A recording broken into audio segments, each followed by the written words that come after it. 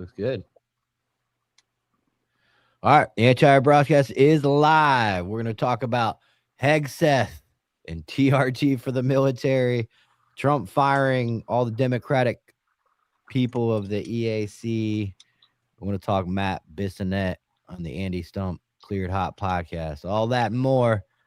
So the Anti-Hero broadcast says what you can't. The information provided by the speakers and presenters on the Anti-Hero broadcast platform is for general informational and entertainment purposes only. Information does not represent the broadcast network and all entities involved. All information is provided in good faith. However, we make no representation or warranty of any kind, express or implied, regarding the accuracy, adequacy, validity, reliability, availability, or completeness of this information. Hurt feelings is not defamation.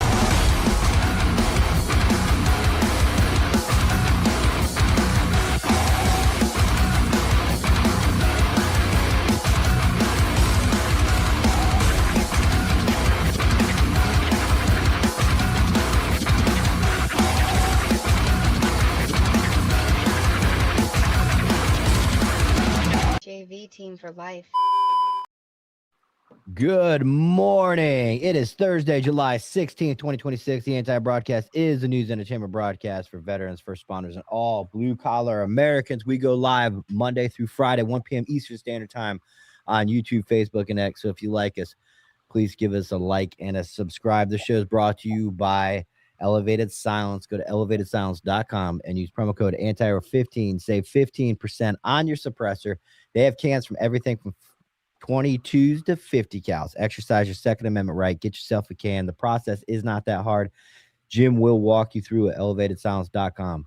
Use promo code ANTIHERO15. Get yourself a can. And Vengeance, that's VENJENZ.com, and use promo code ANTIHERO. Save 15% on all their products, including their brand new protein. Sourced out of New Zealand, made here in America, produced here in America. No soys, no GMOs, no growth hormones, no artificial flavors. If you care about what you put in your body, Vengeance protein is it. This is not your $20 tub of fucking Walgreens protein. This is the elite protein made for someone that's conscious about their health. So go to vengeance.com, VENJENZ.com, and use promo code ANTIHERO, save 15%. And join the Discord. That's the place where we're all hanging out every night. It's a good time. We do watch parties, get to know everybody. It's completely free. It's completely free.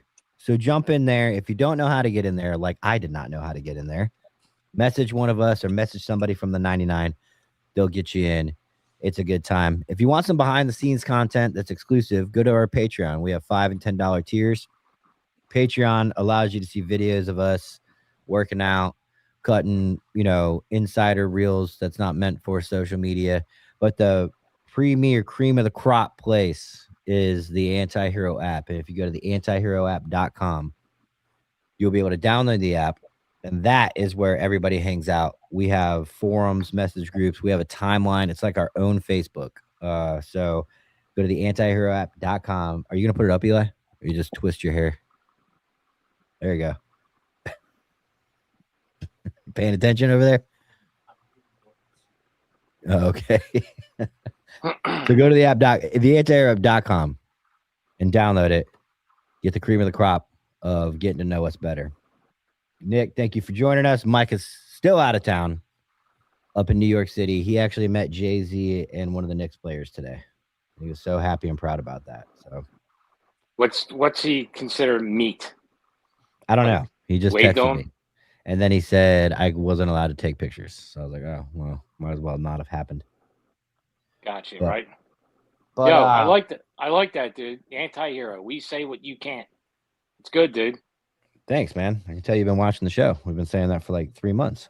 I've been busy. Sorry, buddy. $20 from Mr. Donut. I just got to give a thank you to everyone that reached out yesterday for my surgery. You guys are the shit. Glad to be a part of this community. Tyler and Mike even messaged me personally. My PP tingled a little bit. Yeah, dude. Of course. Got to give that to Fu because Mr. Donut did not allow anybody to know he was going to surgery. So Fu let us know, hey, man, he's going into surgery right as the show starts. So we sent him a good luck text. So he's a catheter in, and somebody asked him if he Oof. tried jerking off with the catheter in. It was God, not me. It sounds awful. I saw it in the chat. Yeah, it was not me. It was not you that asked. So real quick, what I want to touch on first is the Trump firing everybody, all the Democrats in It's the two. U.S. Election Assistance Commission. Can you briefly explain what that is before we watch this video? All right, so this actually didn't just happen. This has been in the Supreme Court for over a year right now. You know, they help oversee and general broad definitions. They help oversee the election process, you know, throughout the country. And obviously, they're not doing a very good job of it. And Democrats are vile, disgusting, demonic people that are fighting a war against red-blooded republic members of the United States of America. So this is a good move. Supreme Court ruled that he's allowed to fire them, which is another great thing that the presidency should be able to have. If you're the CEO of a company, you should be able to fire your employees, especially if they're not doing what they're supposed to be doing. I mean, you should have justified reasons. You know, you can't come in and say, "Yeah, I want to fire Bob because Bob looks like the guy banging my wife." You have to have a good fucking reason for it, not just because Bob looks like the dude railing my fucking missus. You know what I mean? Yeah. It's a good thing. All right, let's watch this video on X. Can you put it up, Eli? Okay. The Slaughter case was the big case today. That was really a big case because it gave strength to presidents and strength to the presidency, a very important case. It's been going on for almost 100 years, think of that. And this was the ruling that really topped everything fell out today. Yeah. That wasn't very The informative. Slaughter case was the big case today. That's a hell of a clip. Well, what's he saying is the big case? What's he saying is the big case? So that's what we just talked about. Those two officials he tried to terminate last year, and then they sued him, and it went to the Supreme Court. To where does the president have the right to fire federal employees? So okay, yeah, we'll see what the implications are to other agencies within the federal bureaucracy, but I believe it encompasses everyone under that blanket. So it's a very important ruling, especially for someone who gets shit done and is actually trying to, you know, better this country and not just play with the normal swampy bullshit that's been going on to get along. All right. Let's move on to, well, first we're gonna bring in old Peach from Guys on the Ground podcast. What up, man? What's up, dude? What's up, Jimmy? Are you eating? We brought you in early. No, you're good. So we're gonna talk. Hey, do you shower? You look all greasy. No, I actually take care of my face and put facial products on, you nasty bitch. You wouldn't know it. No, really? You wouldn't? You smell like my nutsack after a fucking 7-day field out. You look like my nutsack. Well, your nutsack looks probably pretty fucking good then. Nah, hairy with fucking gray fucking strings. Not good. I hear, man. You guys look exactly the same when it comes to facial hair, almost identical. Mine's patchy. Mine's like Joe Dirtish. Like I don't grow anything here or like here, so like I have to grow it long, or I just look like white trash, like G Money. All right, let's talk TRT, testosterone, Pete Hegseth. What we'll do is we'll play this clip first, in order to kind of understand what everybody's talking about once we break this down. Holy shit, you sent a lot of clips. All right. You got it up, Eli? All right. At the Department of War, we have the most elite warriors on the face of the earth. Every single day, you are pushed to your absolute physical and mental limits to master the profession of arms. We demand your all, and you give it. But while we invest heavily in our weapon systems, platforms, and gear, our most decisive tactical advantage will always be the individual warfighter. We have a sacred duty to maintain that advantage, which is why we must constantly look for new ways to optimize your performance, your resilience, and your long-term health. And to meet that commitment today, I'm authorizing a new screening program for testosterone deficiency for our service members, ensuring you have the right testosterone levels to operate at your absolute best. Because it's well-established science that as we age, testosterone levels often naturally drop. Under the supervision of our world-class medical professionals, warfighters age 30 and older are going to be tested annually as part of their periodic health assessment. It's a health assessment that happens every year. We're just adding this test. Those under 30 can voluntarily choose to get the test as well. If treatment is recommended, it's entirely your choice to receive testosterone replacement therapy. This initiative, it's not about artificial enhancement. It's about restoring and optimizing your natural capabilities, protecting your longevity, and ensuring you have the biological foundation required to sustain life. We owe our warriors the absolute best medical care in the world, and this program delivers on that obligation. Taking care of your long-term health means ensuring you remain strong, resilient, and capable, not just for your next deployment, but for the rest of your life, so you can thrive long after you take off the uniform. As we know, the modern battlefield is brutal and unrelenting. It requires and demands maximum psychological and mental readiness. And by addressing these health markers early, we're keeping you on the leading edge of lethality and giving you the same level of support that you give this nation, the absolute best. Godspeed, keep going, and God bless. I love it. All right. So, I mean, look at everybody out now, including myself, has to go through this huge process of getting tested, the full 9, being on TRT. I've been on TRT now for 2.5 years. I sleep better, just everything all around. The muscle piece of it has really fucking nothing to do with it. You don't gain muscle just from injecting TRT. There's a lot of other things that go with it. You know, protein intake, working out, all that stuff. It all has to match up. But my biggest thing with this whole thing is for you to go to the VA, because me, I'm 100%. So for me to go to the VA and say, I need TRT, they want me to stop taking TRT for up to 3 months and then retest me. And I have to have some type of disease, like some, whatever it was called. Now, is this going to transfer over? So if guys are on TRT for, 20 years or whatever it is, 15 years, and they get out, are they going to, the VA going to use that as a claim that while they were in, they were taking it? So when they get out, are they able to take it? Because you stop TRT, bad things happen. Your levels get all messed up, mental, everything. Yeah.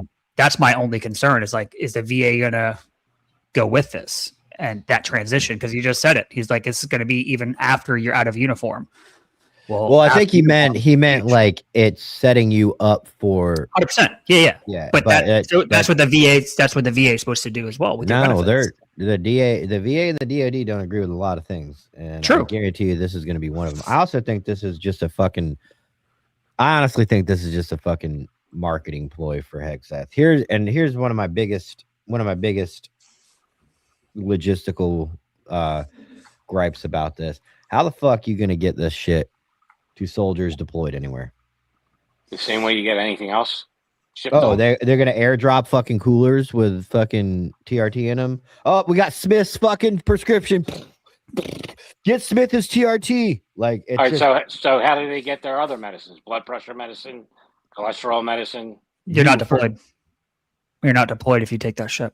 Really? If you have some kind of medication that it's been forever for me. I do remember that you could get the aid station or anything like that where they could give it to you, but they're not going to send you to a war zone when you are dependent on medication typically. Am I wrong or am I right?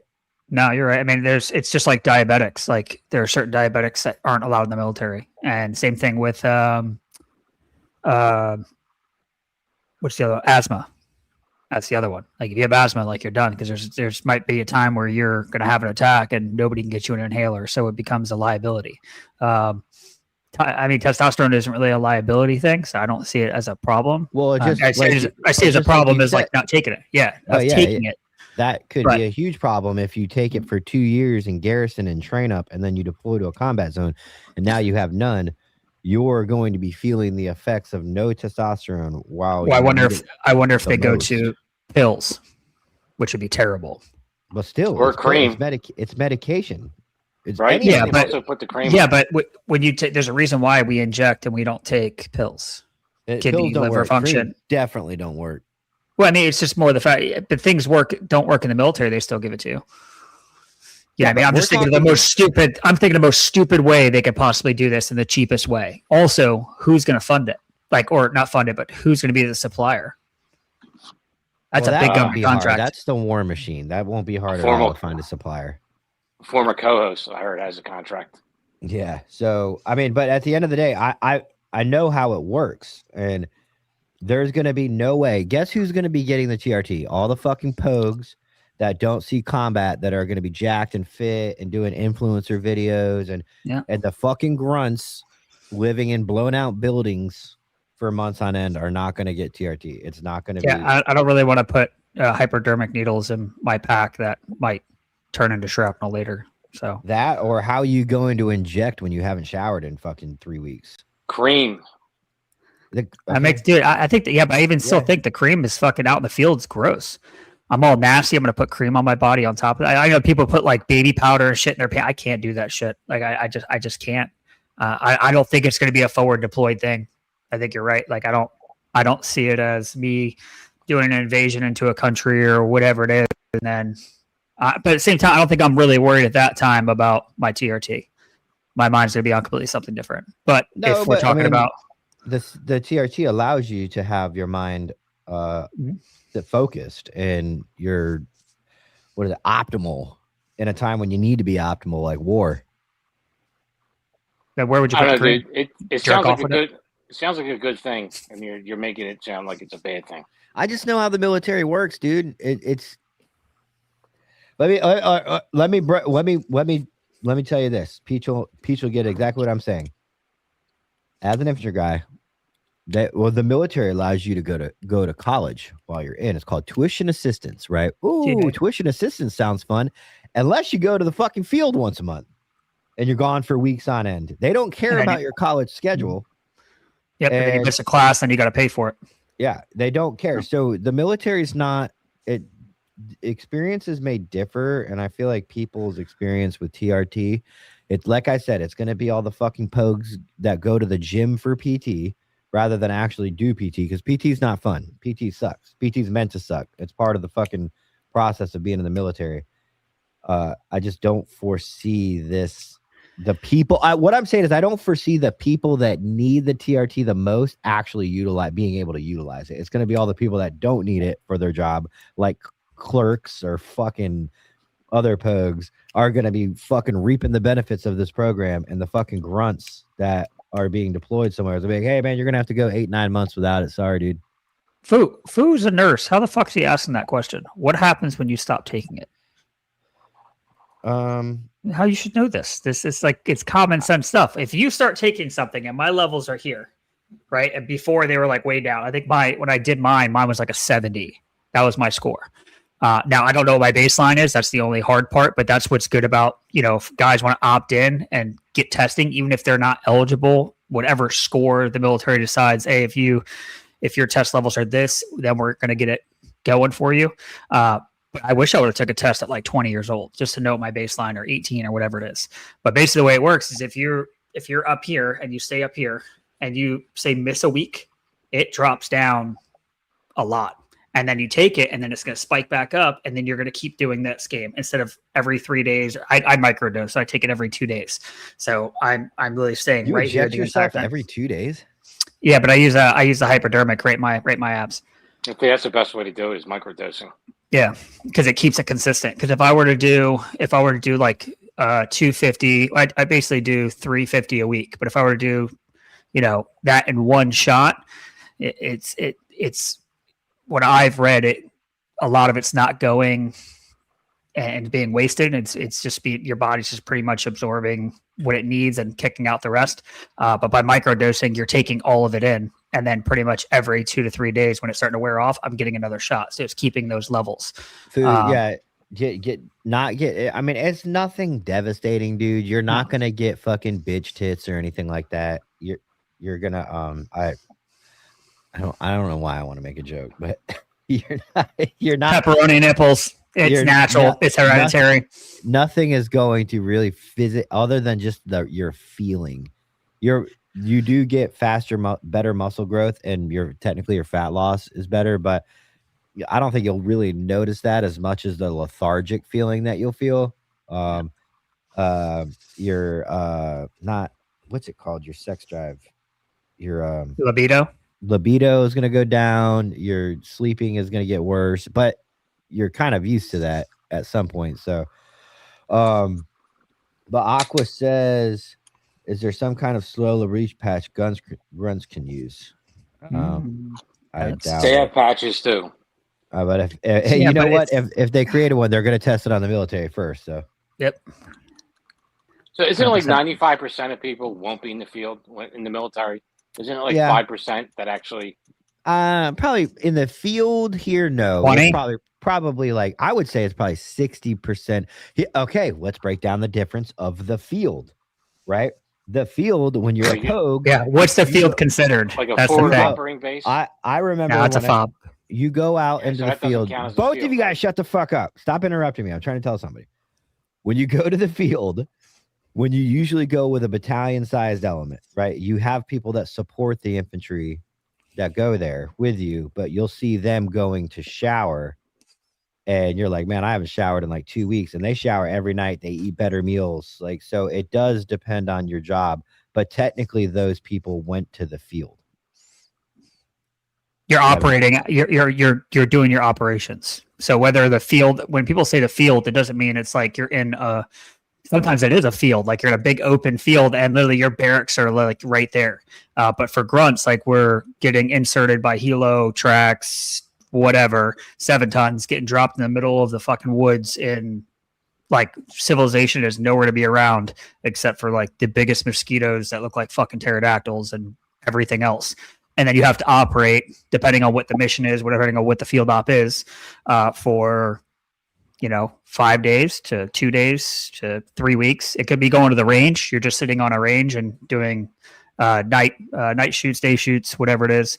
But yeah, the field ops will be different compared to pogues versus grunts, and a lot of that's going to be talked about tomorrow on my podcast with the guy I have coming on because he's a straight pogue, and it's going to be cool to see that side of it and hear about that side. But yeah, you see guys all the time. You're like, you went to the field and you're like, oh, you showered? Oh, you ate food? Oh, you got to run at McDonald's? Yeah. Cool. I mean, cool, dude. Nick's right. Like, I mean, when you look at it, like the actual field experience, probably like 5% of the military, I would say. Like no showering, sleeping in the woods, like playing Army, playing Vietnam. Yeah. Yeah. I mean, there's no reason for an admin clerk to be in the field. Like there's just. And even then, you're not going to be there for over a month. So if you miss, just depends. Yeah, it just depends on the field up, right? Like your workup for an infantry battalion, you start small at the individual level. We call it like the 1000 series, and then you start working 2000, 3000, 4-level tasks. You start individual, team, squad, company, battalion, regiment, the full 9. But infantry guys just busy. You're doing a 6 to year-long workup for a 7-month deployment. There's X amount of tasks that need to be done and accomplished, or your unit can't deploy.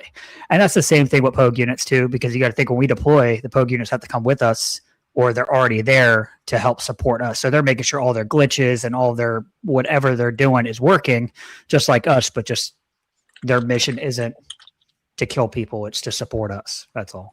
Justin said they usually get put. I think he's talking about the pellets put right under your skin in the upper butt cheek hip area. Justin's used to the upper butt. Yeah, and I've heard horror stories about pellets. Like being your body like pushing them out. What? Just G money. It's just G money. No, your body will sometimes reject those. Wait, you said pellets? Pellets. Yeah, they inject pellets in you that last like 90 days. But sometimes your body is going to force it out. Like it recognizes it's a foreign object. Was it like a fucking birth control thing that they put in the chick's arms? Yeah. Yep. Yeah. Fuck that. That's a tracker, dude. I ain't doing it. No way. I ain't let the government put anything in my body like that. Okay, I think they're gonna track it. No way.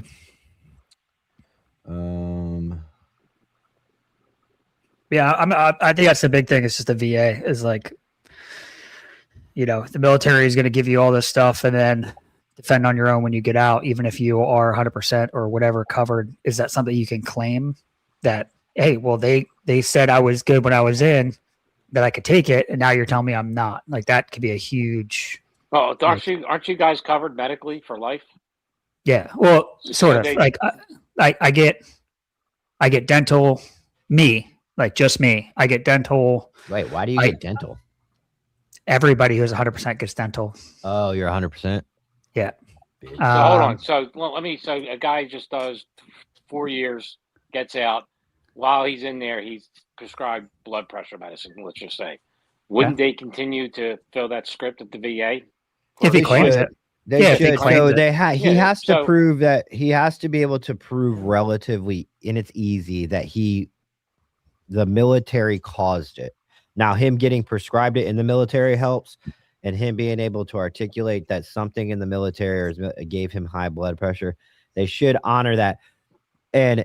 But that's the thing, is that the VA doesn't really do like, oh, you get free blood pressure medicine for the rest of your life. The military goes, we're going to pay you a percentage until you die, called disability, or we're going to give you access to VA offices but like them just treating one thing, I don't know. I mean, I guess they could rate you as 0, and then you can go get treatment from it at the VA, right? Well, I mean, for me, I do. So I have I have pain management I go to, which is just like chiropractic stuff. So I get 4 adjustments a year for free.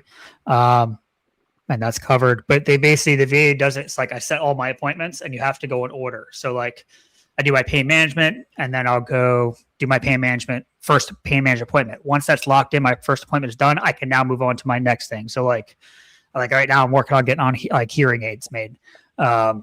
Just to have them. Well, it's the hearing aids for shooting, like the custom made ones that go in that you can use on ranges, instead of buying the $200-$300 ones. Do you need hearing aids? No, but my tinnitus is so bad. Like I can hear ringing in my ears right now because it's so quiet in my headphones. Oh yeah, I thought I just got used to living with that. Yeah, I get fucking headaches, dude. Like I put the TV on when I sleep, like stupid shit.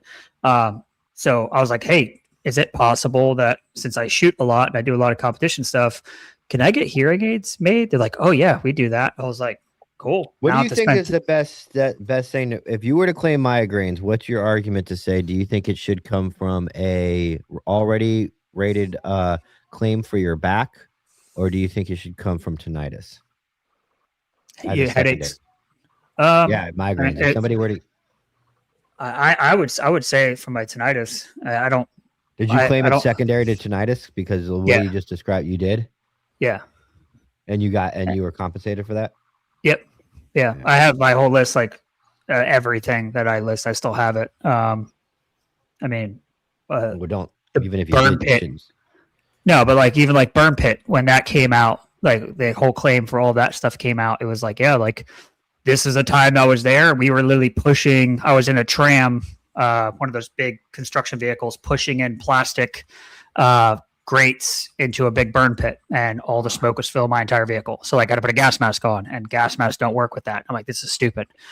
Shit, burning your own shit, all that different stuff. So I mean, I tell everybody the government's going to get theirs no matter what. They got everything they need. Now it's my turn, and I don't care what anybody says. You can call me a bitch. You can call whatever you want. I'm a paid bitch. I get $4,400 a month just to breathe. I'm getting mine back. I don't care. Nowadays, I wouldn't be able to live in the house I'm living in right now without that. There's no fucking way. So fuck it. Steve Staten from Facebook says, no, he doesn't. I think he's talking about our metaphorical guy we made up. I served 12 years active, 10 in the reserves. I went to the VA and got high blood pressure medication for free. I don't have a rating or any claims. I got it in 2017. Okay, so we stand corrected. Yep. He says, any veterans go to the VA, see a provider, and get meds without a rating. They will treat you. Getting rating is more. Yep. Getting rating is more difficult than getting treatment. But the big thing is like getting your card. So like I have a VA card that when you go to the VA, they give you a card, whatever. And then when I got my 100%, I had to go to a different entity because now I get access to bases for the commissary and all that stuff. You get another, it's like a wholly separate ID center and get that card. You keep that in your wallet. You get hurt, unconscious, whatever, they pull it out. Even just having, veteran on your ID card, they're not going to charge you. And don't give your social. They can't do anything. They treat homeless people all the damn time. All the time. How many homeless people you take in and they just walk out? Like cops take in and then, they don't pay for that. So why should we? It's the same thing. Rectum says they should give the boys a gram of test and Deca a week, baby. That's what I take. I take test and Deca. And I take Deca and I was taking Anavar, but I ran out. And now I'm going to get back on it. But Anavar and Deca kill your kidneys. No, these are medically prescribed, dude. These aren't the low dosage. I'm not fucking taking a fucking huge thing of Deca. I'm taking 0.5 a week. I'm all about the Retta right now. I love my Retta.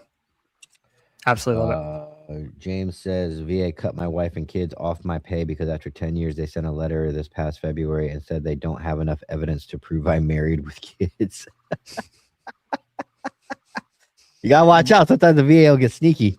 Well, I've seen people that got like divorced and then I've done that. You got to back pay it. They'll take it out of your benefits if they find out, and they'll take it for as long as if you get divorced. Because they asked for that. They asked for your degree, your divorce degree, and they're like, oh, "Well, it's 6 months ago. It looks like you're not getting paid for the next 2 because they'll pay you. They just take off percentages." Oh, okay.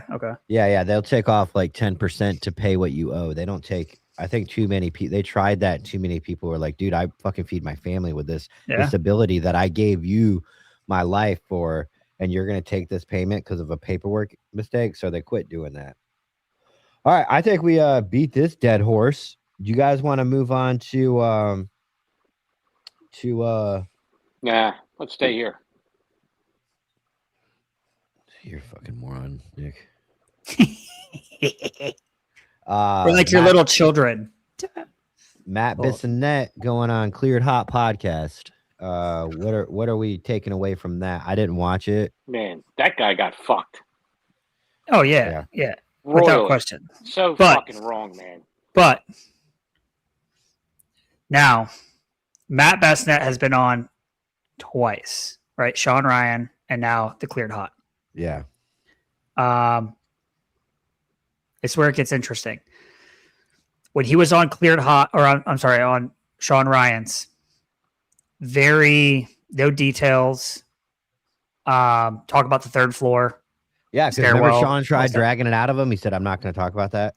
Exactly. But also, I mean, again, this isn't me like defending anybody. That was his first time he ever came out of the closet as Matt Bissonnette. Like, yeah, because he used to use that. He used to use that. He used the alias. He had the alias. Yeah, Mark Owen, and he even when he did that CNN interview like 10, 15 years ago, he put a mask on. He had Hollywood, Hollywood thing. And then the video of it coming off and all of that was saved for 10 years.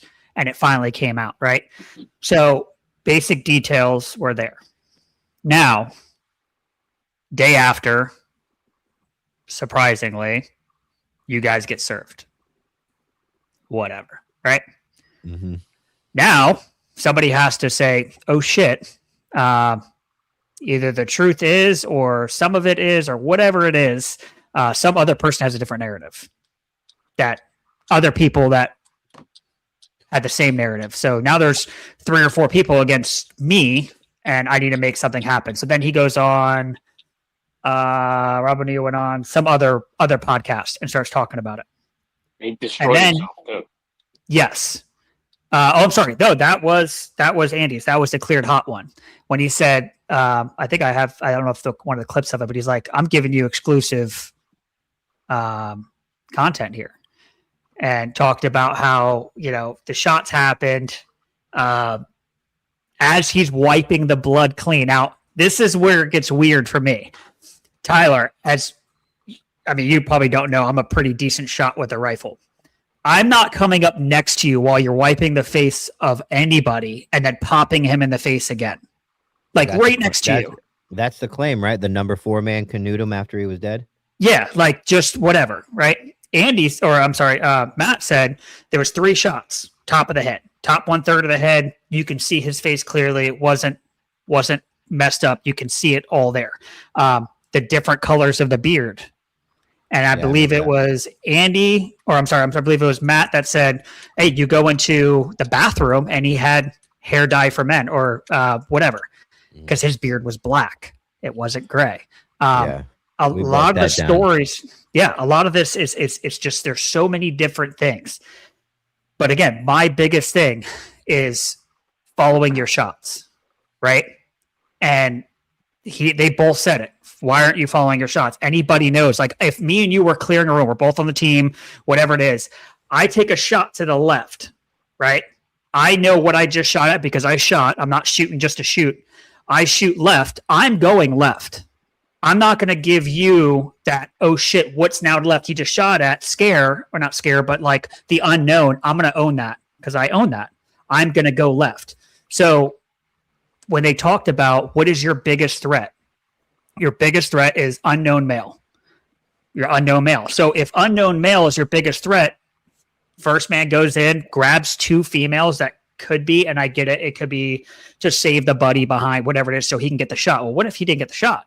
Now you have unknown male behind you, your biggest threat, and you just grab 2 women that you think have suicide vests. It just doesn't make any sense. No common sense. Do you want me to play these videos? Play them in order. It kind of explains it too. All right. I had to cut them in half. They're all one. Well, most of them are one video. I had to cut them in half because they were too long. All right. Eli, can you bring it up? You got it? Than anybody on the second and the first, and everybody else had got a gun on the first and second. So for the point man to think, okay, bin Laden's armed, this is Sean Ryan, right? Yes, this is Sean Ryan.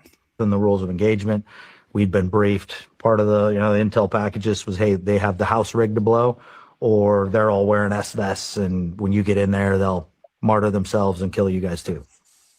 So again, rules of engagement, point man coming up the stairs only sees the head, well within the rules of engagement to take that shot. Now he's laying at the foot of his bed. 2 women in the room, right? Same point man grabs the 2 chicks and pushes them back against the far wall. Right, had they had a vest on or something, he would have taken the brunt. Turns out they didn't. Push them back against the far wall, and that's basically target secure, right? We finished clearing the 3rd floor. And it's okay. Question the women and kids. All right. So from there, he's pretty much saying, as I think anybody would do, you shoot because they're at stairwell, from stairwell down long hallway. So if you're at the top of the stairwell to the right, there's a doorway. It was covered with some type of blanket, something, whatever it is. Shots thrown out. Dude, whole boy falls, whatever it is, goes in, sees him down, scans to the right, 2 females, grab females. Not first guy goes in, sees females, grabs females, second guy takes shot. That tactically doesn't make, and then also he's hiding behind, like O'Neill said, he's hiding behind 3rd female. There's a lot there that just doesn't tactically. And again, I'm not a SEAL, but to just the basic dude, and if these guys are all the way advanced up here, tactically that doesn't make any fucking sense. It doesn't. Question the women and kids. All right, trying to get a name for the guy.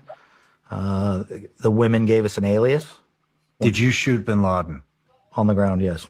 You did? Yep. How many times? Couple. Where at? The body. In the body? How did that feel?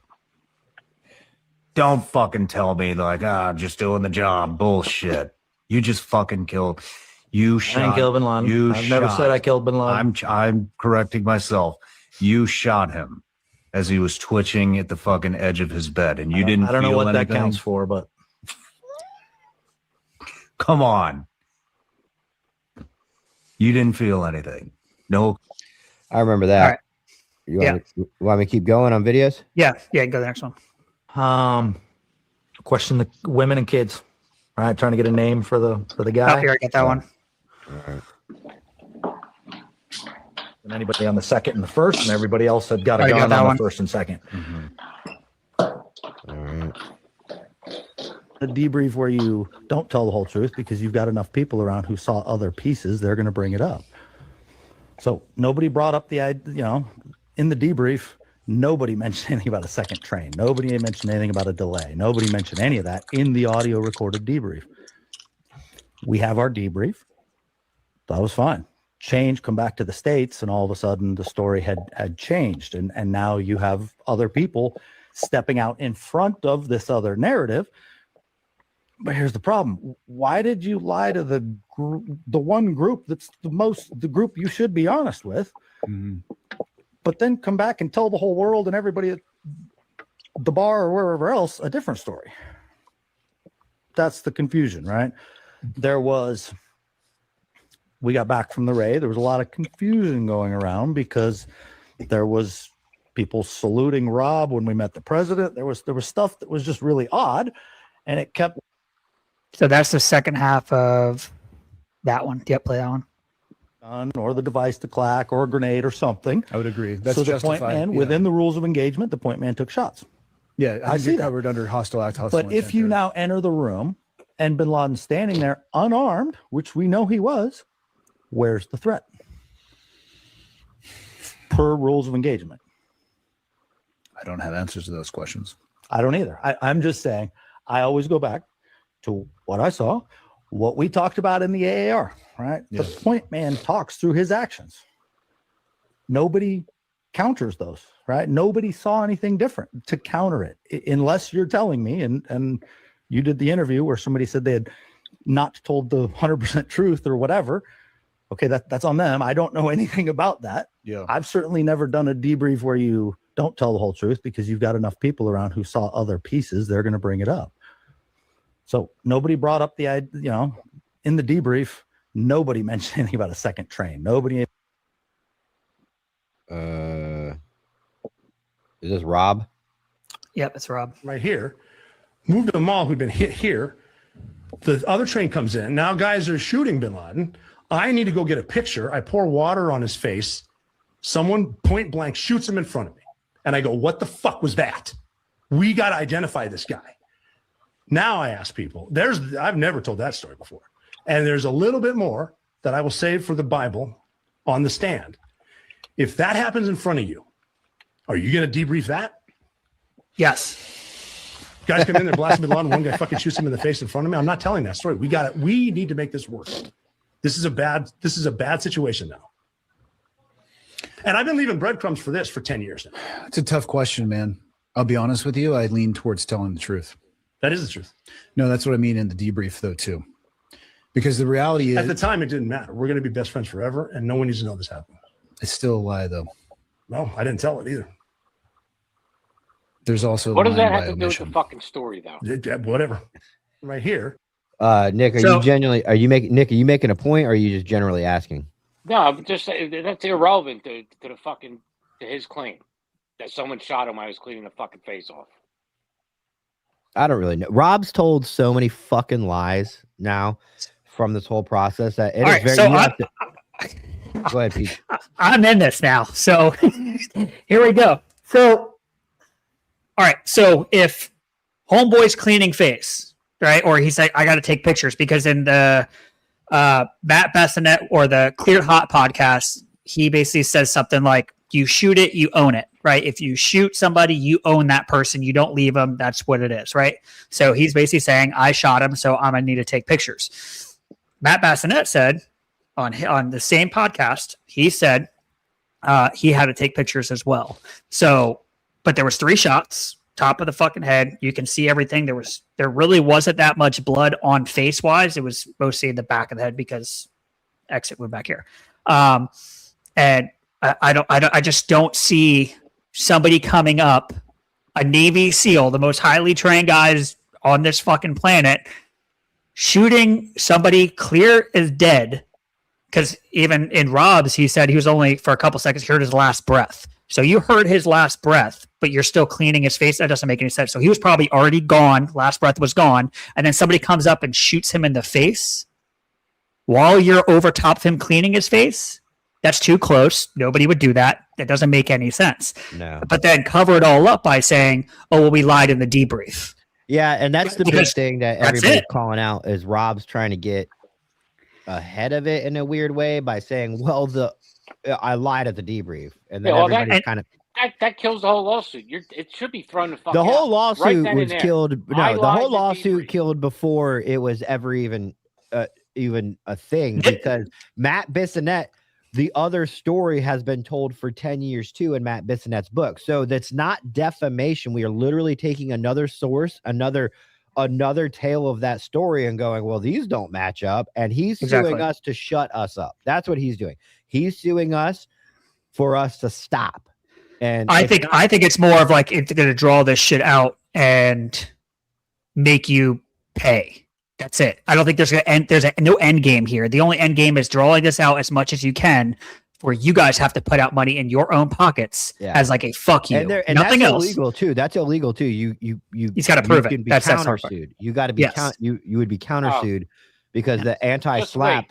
Hold on, Nick. The anti-slap is essentially stops big corporations and millionaires for shutting up smaller entities like presses and stuff. So, yeah, I mean, he's this whole thing has been not defamation from the start. Clearly, not even like let's make you guys prove that you didn't just come up with these lies. It's been not a defamation case from the get-go. That's why it's such a fucking joke. Yeah. And again, it's that whole piece of I'm taking, like I just did, taking multiple different podcasts that is coming out of their mouth. It's not AI. Again, I don't own any of those videos. Those videos were literally taking off of other people's YouTubes of their channels. They fucking said it. Like there's 500 channels right now. You can go on right now and YouTube it, and everybody's covered this. Instagram, I'm seeing nothing but it. But again, it's because the platform so big, it's like, okay. And another, special operations guy was going against the claim. It's just, it is what it is. But it's just, eventually this has to come out. Like it will. And I think the whole 25 million was shit. I'm gonna dig myself a hole, because you got to think, people bought his book. People pay for Rob O'Neill to come speak at a conference. And I think I looked up, it was like money. I paid like $100,000 for 6 hours for you to come. We did the whole thing with Jocko, and it was awesome. But it costs money to do. And you got to think, once this comes out, and if it all comes out that this is all bullshit, you're got a lot of lawsuits coming your way, dude. You got a lot of companies that are gonna be like, well, you're full of shit. Yeah. We paid you for this. We paid you that. So 25 million might get him somewhere in the fact of maybe in the same ballpark on top of everything he's made from all the books and everything. To tell the truth. Let's finish up these YouTube or these Instagram or these YouTube clips. I think we're here. I don't know why, but it looks like it sent it like 3 times. Lying by well, just let me know if we already watched something. Whatever. It's a debrief. I didn't tell that part of the debrief. This is the truth. I understand that. What I'm saying is, you knew that what was being said in the debrief wasn't the truth, and I'm not trying to assess blame. That's not what I'm trying to do. You should. But you asked, what would I do in that situation? Mm-hmm. And again, this is a hypothetical, right? Fucking easy for me, because we're sitting in Kalispell, Montana, and I don't have the pressure. You understand literally the global optic that is going to come from this. So I understand. No, you know what's crazy is not really the global optic. I mean, obviously. Also, then we're here. Yeah, I think those all got recent. Okay, so these are all those are recent. Yeah. Okay, all right. But again, like you look at it, man, like Andy kind of gave it to him. That was like a dad and son talk, and they kind of went back and forth. And you get Rob like, "Well, I didn't lie. Well, I didn't do this. Well, I didn't do that." Well, no, you did. I wouldn't have done that, Rob. I wouldn't have done that. I don't know. Did Rob? Did Matt Bissonnette give anything of merit on the Cleared Hot podcast? Anything at all? Because from what I asked people, and you yourself included, Peach, nobody still they kept it all indirect and vague. Yeah, but I mean, he basically he didn't drop any names, but he said you just had a guy on the podcast that said this person did this or this happened. He's like, that doesn't tactically make any sense. It's more the fact of, yeah. Again, nobody said directly Rob did not do this. It was like you have other people that claimed on your last podcast, and you're like, who he's talking about. He's just not going to drop the name because of legal reasons. He doesn't want to be in a fucking lawsuit either after going to battle with the government. It's there. You just have to read in between the lines. You have to know the recent podcasts. Was there anything different or new from Matt Bissonnette that's he went from the Sean Ryan interview? Yeah, he went more in detail. He basically more now covered the controversy of like the counter of Rob's claims in a sense, like, and again, looking at his book, he pulled up pictures of his new book that he has coming out of the stairwell, and you can see on the stairwell there's an actual real picture of the stairwell of like the blood coming down the stairwell from his head when they dragged the body bag down. And you can see how tight it is. You can see how it kind of comes up, it curves, and then comes up to the third floor. And he's like, yeah, like train, like you're not fitting, 2 people wide on that. You're fitting maybe on the first set of stairs, maybe 2-3 people. And that's where Khalid came out, and that's when the first shot was taken. Now, I can't remember. It's been a while since I listened to that interview. I believe the Biz says, was it the third guy behind the appointment that took the shot that initially hit Bin Laden in the head when he's peeking through the curtain?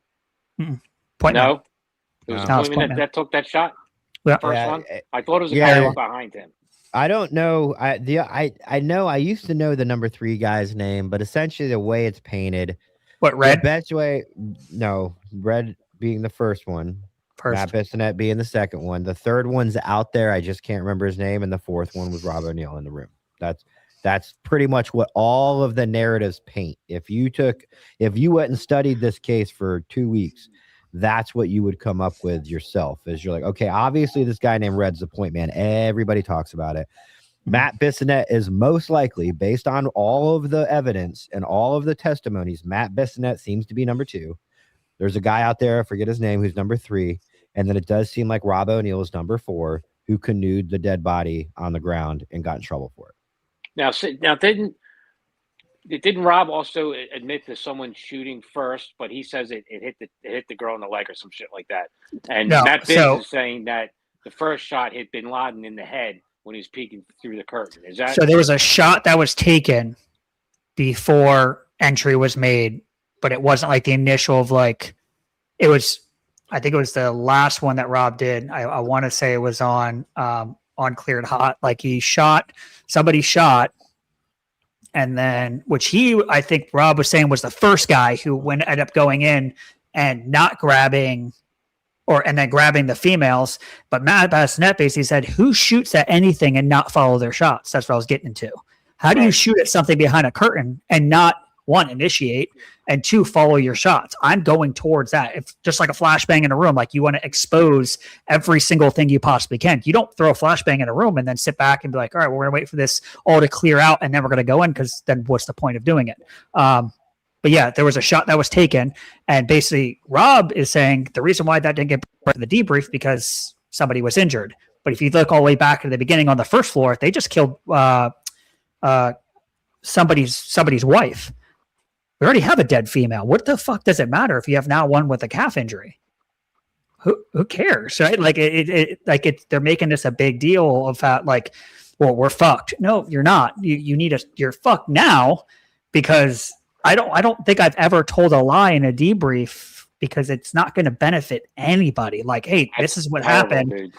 Dude, there's officer involved shootings where you do debriefs and you're like, fuck, dude, this sucks. But like, we got to talk about it. And we talked about it.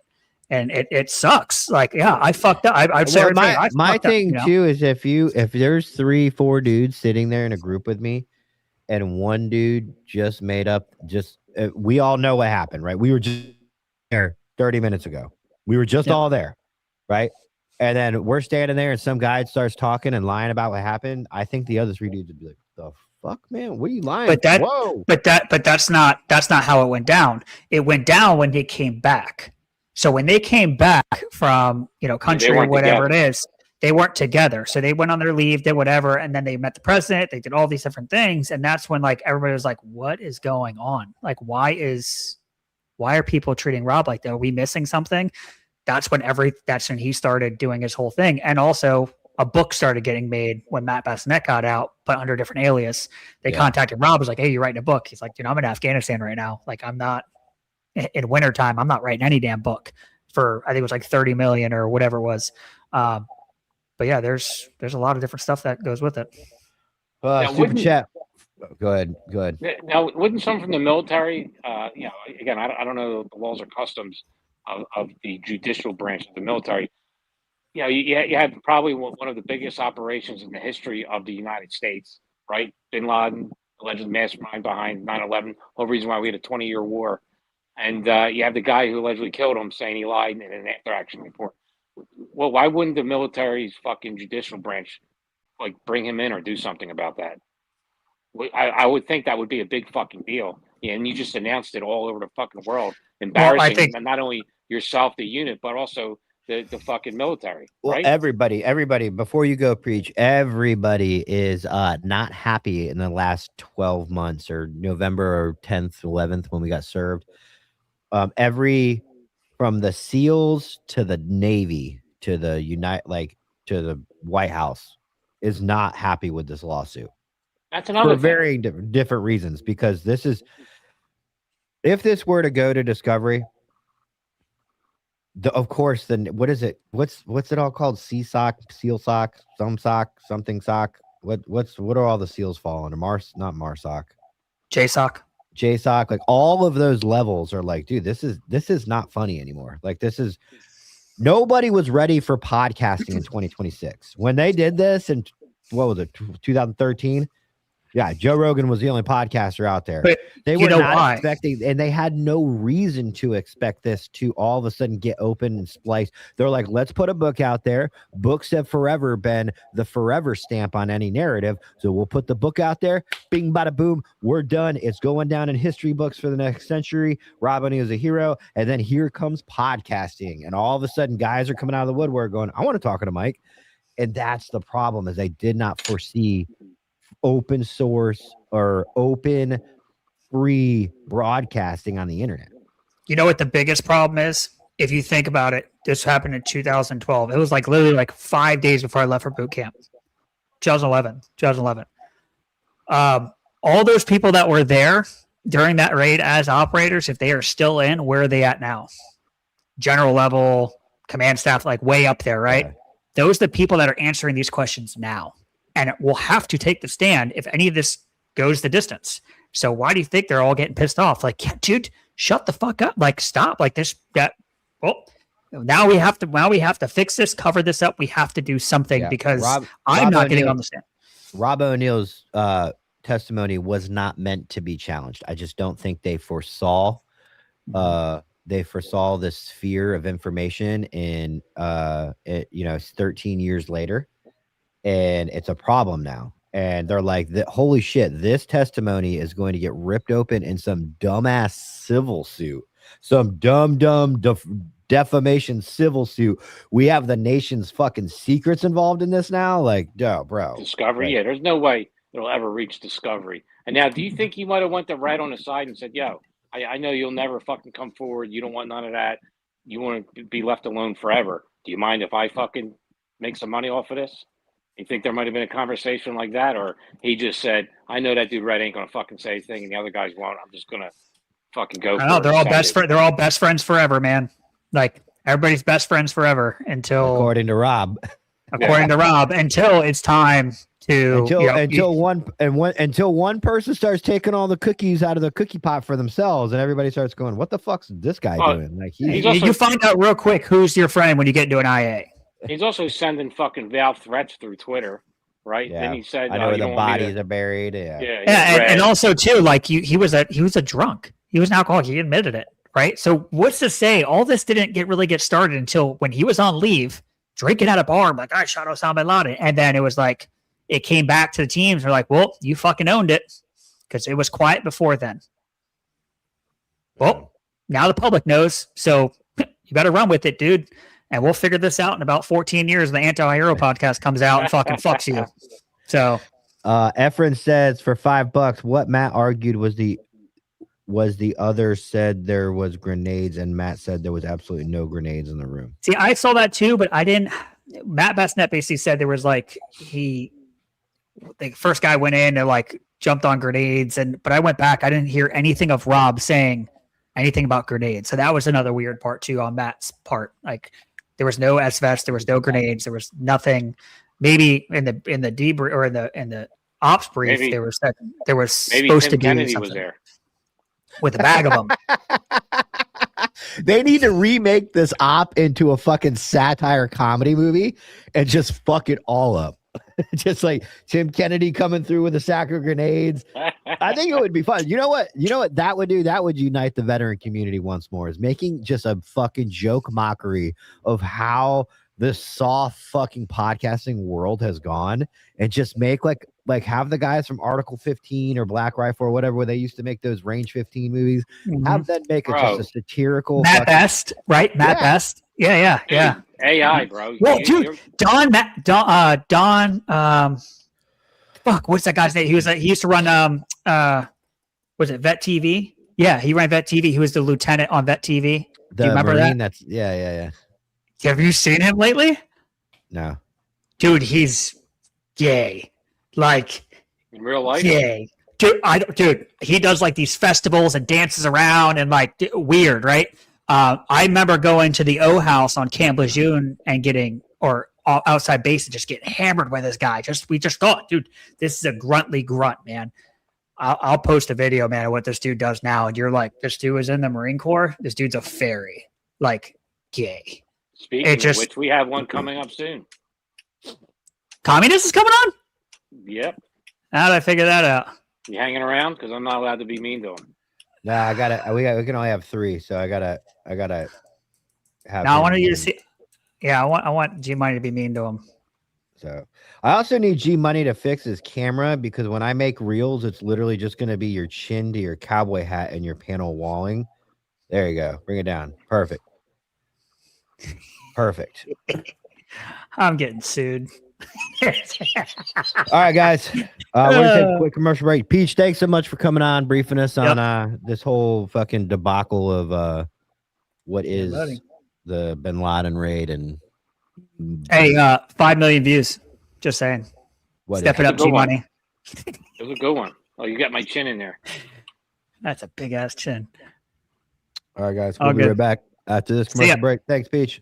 Over a century ago in 1910, the Flexner Report, funded by John D. Rockefeller and the Carnegie Foundation, re-engineered medical education from a holistic, whole-body approach, which appropriately treated the body as an interconnected system, to a compartmentalized approach under the guise of specialized medicine. They shut down or consolidated medical schools, marginalized naturopathic, homeopathic, and chiropractic medicine, replacing them with symptom management and synthetic drugs. Allopathy is a marketing strategy rooted in fear and manipulated science. This philosophy carried into veterinary medicine, resulting in over-vaccination, unnecessary surgeries, and manufactured food, just like they did for people. They call it care, but it's predatory and based in profitability. The truth? Toxicity, compromised immunity, and chronic inflammation. They're not fate. They're engineered. And so is your power to undo them. We built 3 targeted formulas to return the body to homeostasis, for pets and people, to detox, defend, and restore. We are the correction to decades of corruption. We are vengeance.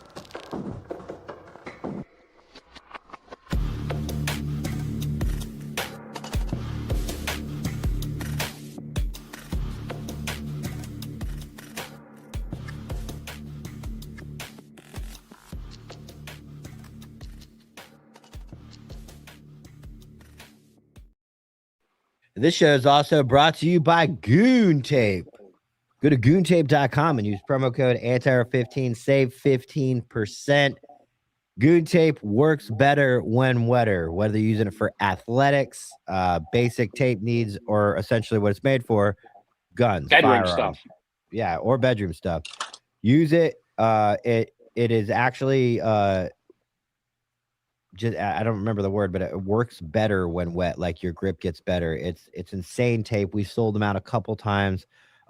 We use it here in the studio. I used it to take up Eli's glasses when he broke them. It's insanely sticky and insanely grippy. So it is the best tape out there, especially when you're putting on your firearms. Do not put any other tape on your firearms. Go to goontape.com goontape.com, promo code anti-hero, save 15%. And Counterculture Inc. Go to countercultureincthreads.com. Use promo code anti-hero, save 15%, and check out our official 2026 logo shirt. That's what I'm wearing right now. That is in store. And guess what? It's less than $25 because we made it in-house. We're doing our manufacturing in-house now. And you can use the promo code anti-hero and save 15% on the $24.99. So you're literally paying a little over $20 for a shirt that is perfect quality, next level material. Next Level is the brand that everybody uses. It's 60% polyester, 30% cotton.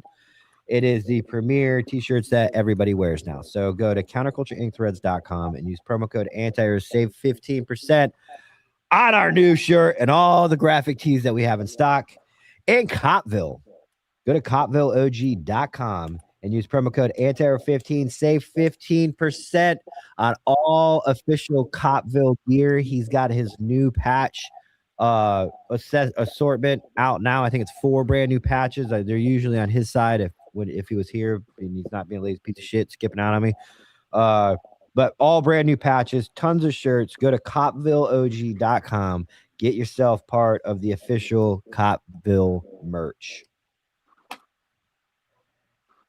What do you think about all that special operator drama, bro?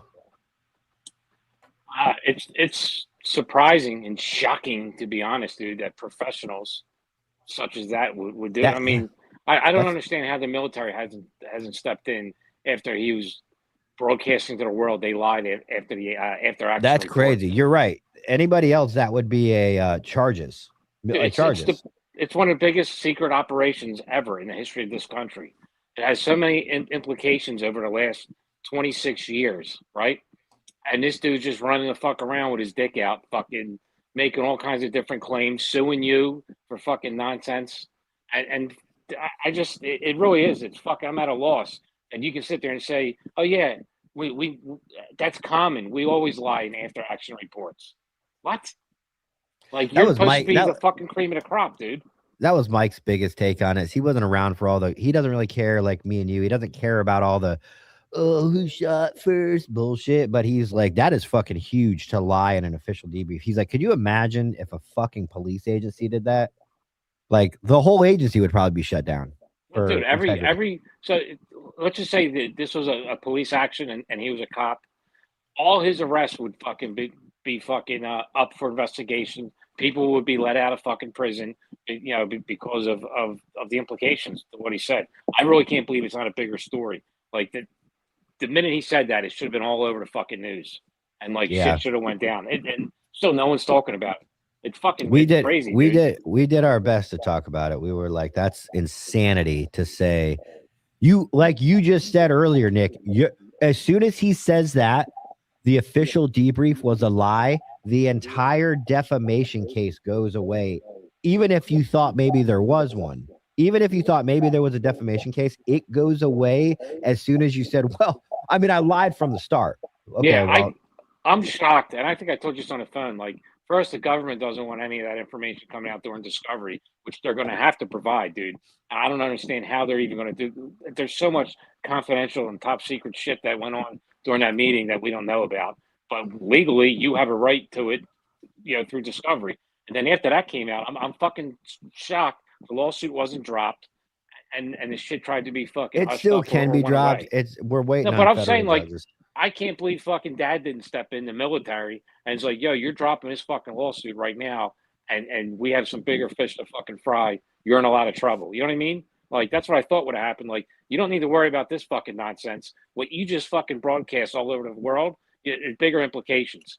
Drop the lawsuit, lawyer up. We're gonna have some fucking conversations. Like, dude, like his fucking, can't they pull soft tags too? Right? Like, wouldn't that be can't they pull your special forces tab? They can do whatever they want. Yeah, like they wouldn't didn't pull, but here's the thing, dude. They don't like looking bad. Tim Kennedy had a full-on open and closed investigation about what he said. Nothing happened on the military side. I mean, he did lose everything on the civilian side, but they let him. He stayed a Green Beret. This in is the still National Guard. way bigger than anything that fucking dude said. Way bigger, dude. It's a huge story. That's just him being a fucking knucklehead and lying about nonsense. This is a fucking, you know what I mean? Like I said, one of the biggest operations, classified operations. That's annoying as fuck. You want to click it some more? Click what? Oh, sorry. Your fucking pen. I thought you meant it's annoying as in what he's doing is annoying, because it is. Yeah, it's crazy, dude. I really, I'm at a loss. I mean, I really am. And to this day, no one stepped up. I don't know, dude. Maybe TMZ didn't fucking say it, or maybe I don't know. You were the only people that covered Rob like that was the New York Post, and they covered Rob for Rob because they're friends. Rob's friends with a reporter there. They covered it the day it came out. It came out. Our lawsuit came out at 5:45 in the morning. They texted me at lunch that day and said, that's how we learned. We obviously that's how it works. We learned about our lawsuit through a fucking reporter. Yeah. Well, at the New York Times, you heard about Trump and the DOJ subpoenaing a couple New York Times about the Air Force One article. Do you want me to read it? What you sent me? Go for it. We got a couple minutes. Do you like that segue? Yeah, that was pretty good. The Justice Department says it subpoenaed several New York Times reporters as part of a criminal leak investigation, not because it objected to the publication of the story itself. The subpoenas seek testimony before a federal grand jury to help identify the government officials who allegedly leaked sensitive information. The underlying story reported that a newly retrofitted Air Force One, an aircraft donated by Qatar, reportedly lacks some of the defensive systems and security capabilities found on the existing presidential aircraft. The reporting also noted that President Trump chose to use an older Air Force One for at least an overseas trip after being briefed on those security concerns. The dispute centers on two competing arguments. DOJ's position: officials say classified or sensitive national security information was unlawfully leaked, and they are trying to identify the leakers. Acting Attorney General Todd Blanche has said the journalists are considered material witnesses, not criminal targets. The New York Times position: the newspaper has asked a federal court to squash. I was doing pretty good. It says quash the subpoenas, arguing they violate the First Amendment protections for the news gatherings and retaliatory and could have chilling effect on investigative reporting. A key legal point is that there is no federal shield law that automatically protects journalists from having to testify before a federal grand jury. Courts instead of evaluate subpoenas under constitutional principles and DOJ policies, which is why the Times is challenging them in court. The case is still going, so the courts will decide whether the reporters must comply with the subpoenas or whether they will be quashed. My bad. Squashed. Anyway, so there's a lot of darker subplot to this whole thing. What's the point? What do you gain from leaking that Trump is vulnerable and don't have certain capabilities in Air Force One when flying near an active fucking combat zone, right? I don't know. Right? You're announcing to the enemy, like, hey, listen, this is the way you can take Trump out. Oh yeah, that security breach is huge. Yeah. You're letting. Oh yeah, that's so I see what they're saying. Their target is not to punish people for leaking information; it's finding out who leaked the information. Right. I mean, that's way more damning. That's like treason in my book. It's 100% treason. I mean, dude, even Biden and Obama, I wouldn't want to see our president fucking assassinated, dude. It's the leadership and symbol of our country, even though they sucked. That being said, there's also rumors flying around that I heard from some sources that the New York Times also had an article ready about how Air Force One was shot down over the skies in Turkey. Think about that. It was already written, the article. So that's nuts, a huge implication, dude. Yeah, man. I mean, that not only, I mean, it goes to show that there's a plot to assassinate the president, right? Yeah. Like, they leaked this information. They already have a fucking article put out, and listen, the deep state has that playbook for a long time. There's been plenty of times where people fucking put an article out where something happened 10 or 15 minutes prior because they fucking, jumped the gun a little early. This is it. It's dude. There's elements in our government still trying to subvert, the needs and wants of this country, and they're definitely trying to kill Trump. And what's it been like 5, 6 times at this point? Because I'm considering this an attempt. Okay, that's fair. Yeah, I mean, why else do you do that? A failed attempt. Yeah. Not even off the ground attempt, but still an attempt. All right, guys, we have Ryan Miller, the Marine Communist. So before you freak out, Ryan, G Money is here in official capacity as a co-host of the show. Mike is on vacation in New York City. And so G Money is going to be, he told me he is going to be very professional and courteous as a host, neutral to the show. But he did say when he comes back as a guest, he wants to debate you more. I'm going to the bathroom. Good morning, comrades. Glad that we are all here. Shout out to the comment section. And I noticed a deep breath, maybe even a sigh from G Money at the introduction. And it's a good reminder that, our breath is our #1 tool to help us down-regulate our escalated emotions. So that was it. I'll join you in that breath.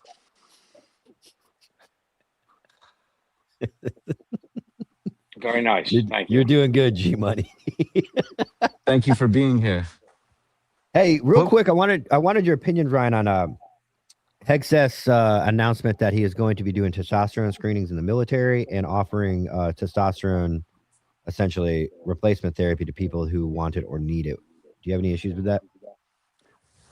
It would be, really interesting topic to, uncover, because there are so many unlicensed online endocrinologists that just assume that I'm a low T soy boy. So I think this is just a fascinating topic, particularly among the transgender phobic community, because TRT, testosterone replacement therapy, is gender affirming care.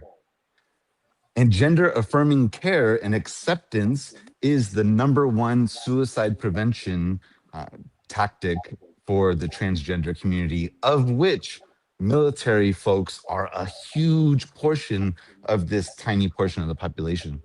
So you're saying that testosterone injections can be used by all genders. So you're saying it's a good thing. It sounded like it's. He said it was good. He was going to offer it to women too. That being said, he did not go into people who identify as women or people that are biologically born as women. He didn't say that, but he did say it would be offered to females too, because biologically, men have 10 to 20 times more testosterone, but women still do.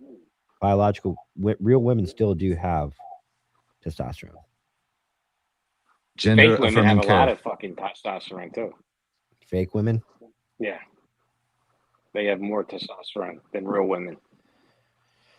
So taking out the LGBTQ. Good job. You got that right, Nick. I thought you were going to butcher that, but I'm proud of you. Do you agree with it? I think gender affirming care. Come on, dude. Stop. Just answer the question. Is it a good thing or a bad thing that they're offering TRT to the military? I don't need any other caveats. It is a good thing to provide gender affirming care. You just can't fucking say yes, can you, dude? Yes, providing gender affirming care is valuable. Absolutely. We're asking you. What we're asking you is, you think it's okay to make our alpha men just a little bit more alpha on the alpha spectrum? Our warriors need to be out there being optimal. That's what we're asking you. But you are okay with it, but for other reasons. I am not an endocrinologist. So there are some things that are beyond my scope of my ability to comment on. And I think that's important for us to acknowledge, like, our limitations, if we're really going to be honest. So what I can say is that testosterone replacement therapy is gender affirming care, which is valuable, especially in the suicide prevention realm, which is what I am involved with. One of the Right. things that you said that made me laugh a long time ago, Ryan, was getting the approval from the podcast community in 2026 for every decision that's made. Like you don't need a doctor, you need a podcast approval. Yeah, I can't really cite the specific special forces podcaster that tried to sort of rebrand CPTSD, complex PTSD. And everyone was sort of reposting this guy's podcast where he's basically providing like misinformation, trying to say that people in the military have childhood trauma, essentially, to be brief. And yes, this is acknowledged. We are recruited from oftentimes dysfunctional households and dysfunctional neighborhoods. But he tried to like act as an expert that he coined this term and came up with this idea when he has zero psychology training, zero experience, and no really qualifications to provide diagnoses. Do you know that for a fact? Absolutely. We've had a lengthy comment section conversation where he moved the bar. He said, I can understand if mental health professionals could have an issue with this, but for a fellow veteran to have an issue, he thought that that was some sort of betrayal. And it was only when I identified myself as a mental health professional that he then moved the bar and said, oh, well, the Bureau of Behavioral Science doesn't really have the authority, kind of like, oh, self-studying as a pilot or self-studying as a surgeon should be sufficient to bypass the FAA or your state medical board. And so what I'm not attacking you. I'm just asking you, what makes you a professional in this in behavioral? California Board of Behavioral Sciences. I'm an associate marriage and family therapist. Oh, okay. So how did you obtain that? Is that something that you can just go by, or do you have to take classes? You have to have a master's degree is the initial, and then you have to complete an internship where it's basically, I think, about 300 hours of free labor as a form of apprenticeship. Come on, aren't you against that stuff, Ryan? Against free labor, the exploitation of labor? Absolutely. That's why these apprenticeship models, right? So-called paying your dues are inherently rooted in exploitation. But you got to do what you got to do, right?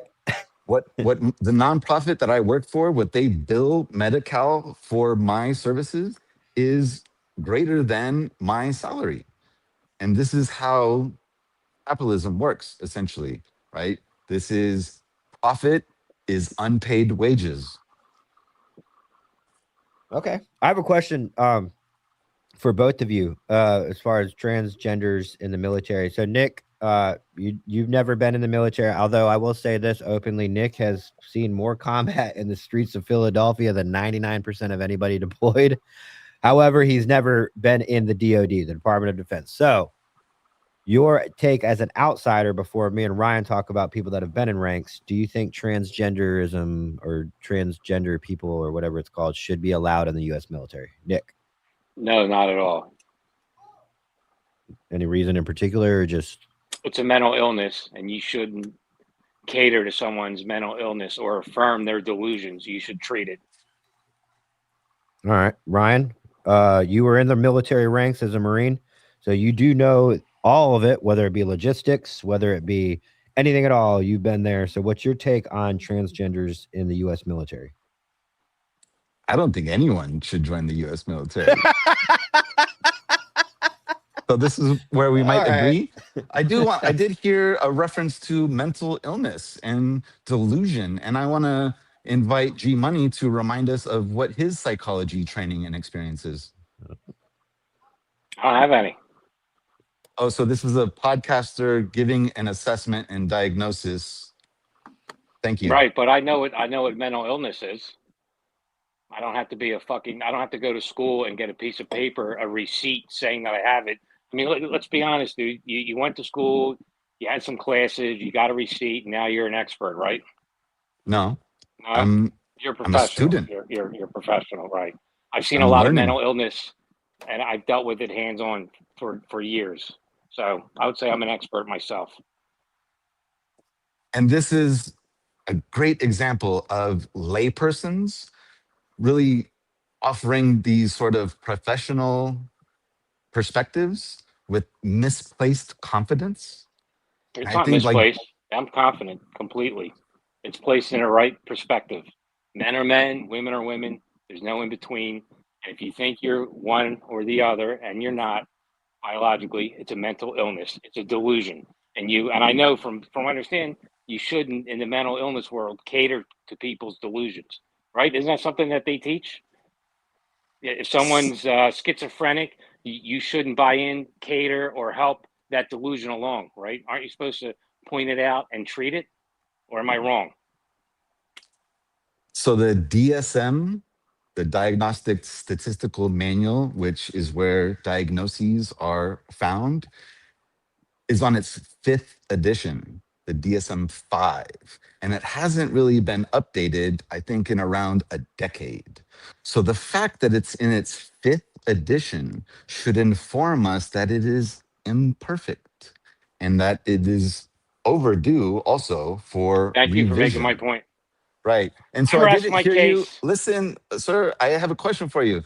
You also mentioned men and women. So could you remind the audience of your gender studies scholarship, any kind of training or experience in Dude, you gender don't need studies? education. You don't need education for common sense. I got a dick. I can penetrate a female and make her pregnant, which I have done. I have a daughter.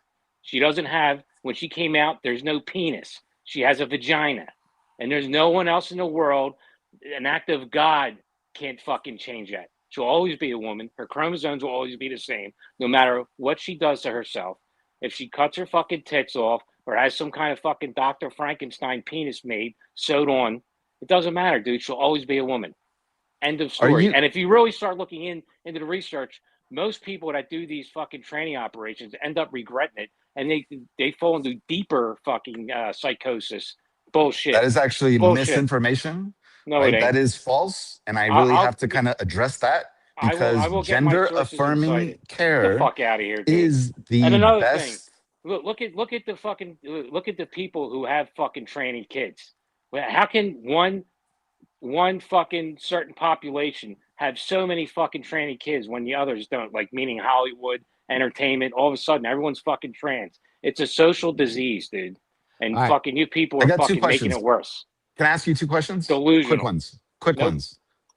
What is the difference between sex and gender? All right, so you're going to play with wordplay now, right? Okay.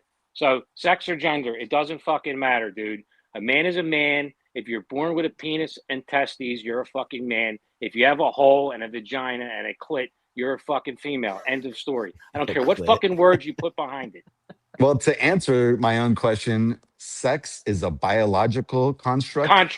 I know the fucking gender. talking points. May I finish, G Money? No, You are because it's all co-hosting. Yeah. G Money, let him finish. All right, I'm sorry. Sex is a biological construct and gender is a sociological construct. And that's really important to apply discernment towards. My second question, I'm glad to hear that you are a daughter or you have a daughter. I have some concerns also, but my curiosity is really, are you still in a romantic relationship with your daughter's parent? None of your business. But I guarantee if I had her come on right now, she'll tell you how great of a fucking parent I am. Awesome. Which she is also. So I have no concerns there. So if you're trying to insinuate something, you missed the fucking cork with that one, buddy. I'm glad that your partner would mention that you are a great parent. What I didn't hear that you were a great husband or partner. That's or boyfriend. That's not what we're talking about. I didn't hear that. It's not what you're talking about. That's fair. We're not talking about that. We've kind of segued, okay. But Ryan, I wanted you to talk about. You have a chance to talk about how you said that is misinformation. Can you elaborate on that? What we talked about? Absolutely. So the vast majority of folks that do achieve gender affirming care they experience what's known as gender euphoria, and they are by and large more satisfied with the outcomes than a very small portion of that population that is dissatisfied with the outcomes. Okay. And I have a quick question. This is coming from me. Ryan, I want you to change my mind. I'm not trying to get you. I'm not trying. So please don't answer a question with a question. This is not a gotcha. I want you to bring logic to everybody, that would ask this question. A man pretending to be a woman. Okay. Can I pretend to be black? Can I identify to be black? Can I identify as a black male? And why is there a difference between identifying as a black male and identifying as a female? What's the difference? Why would you want to identify as a black man? Well, I'm free to, right? If I want to identify as a female, I can, but I'm free to do that, right? I'm asking. That's what that's the only thing I don't. One of the arguments I think goes silent is, well, I can identify as a leather chair if I want to. I can identify as a female apparently if I want to, but I can't identify as a black man. Why is that?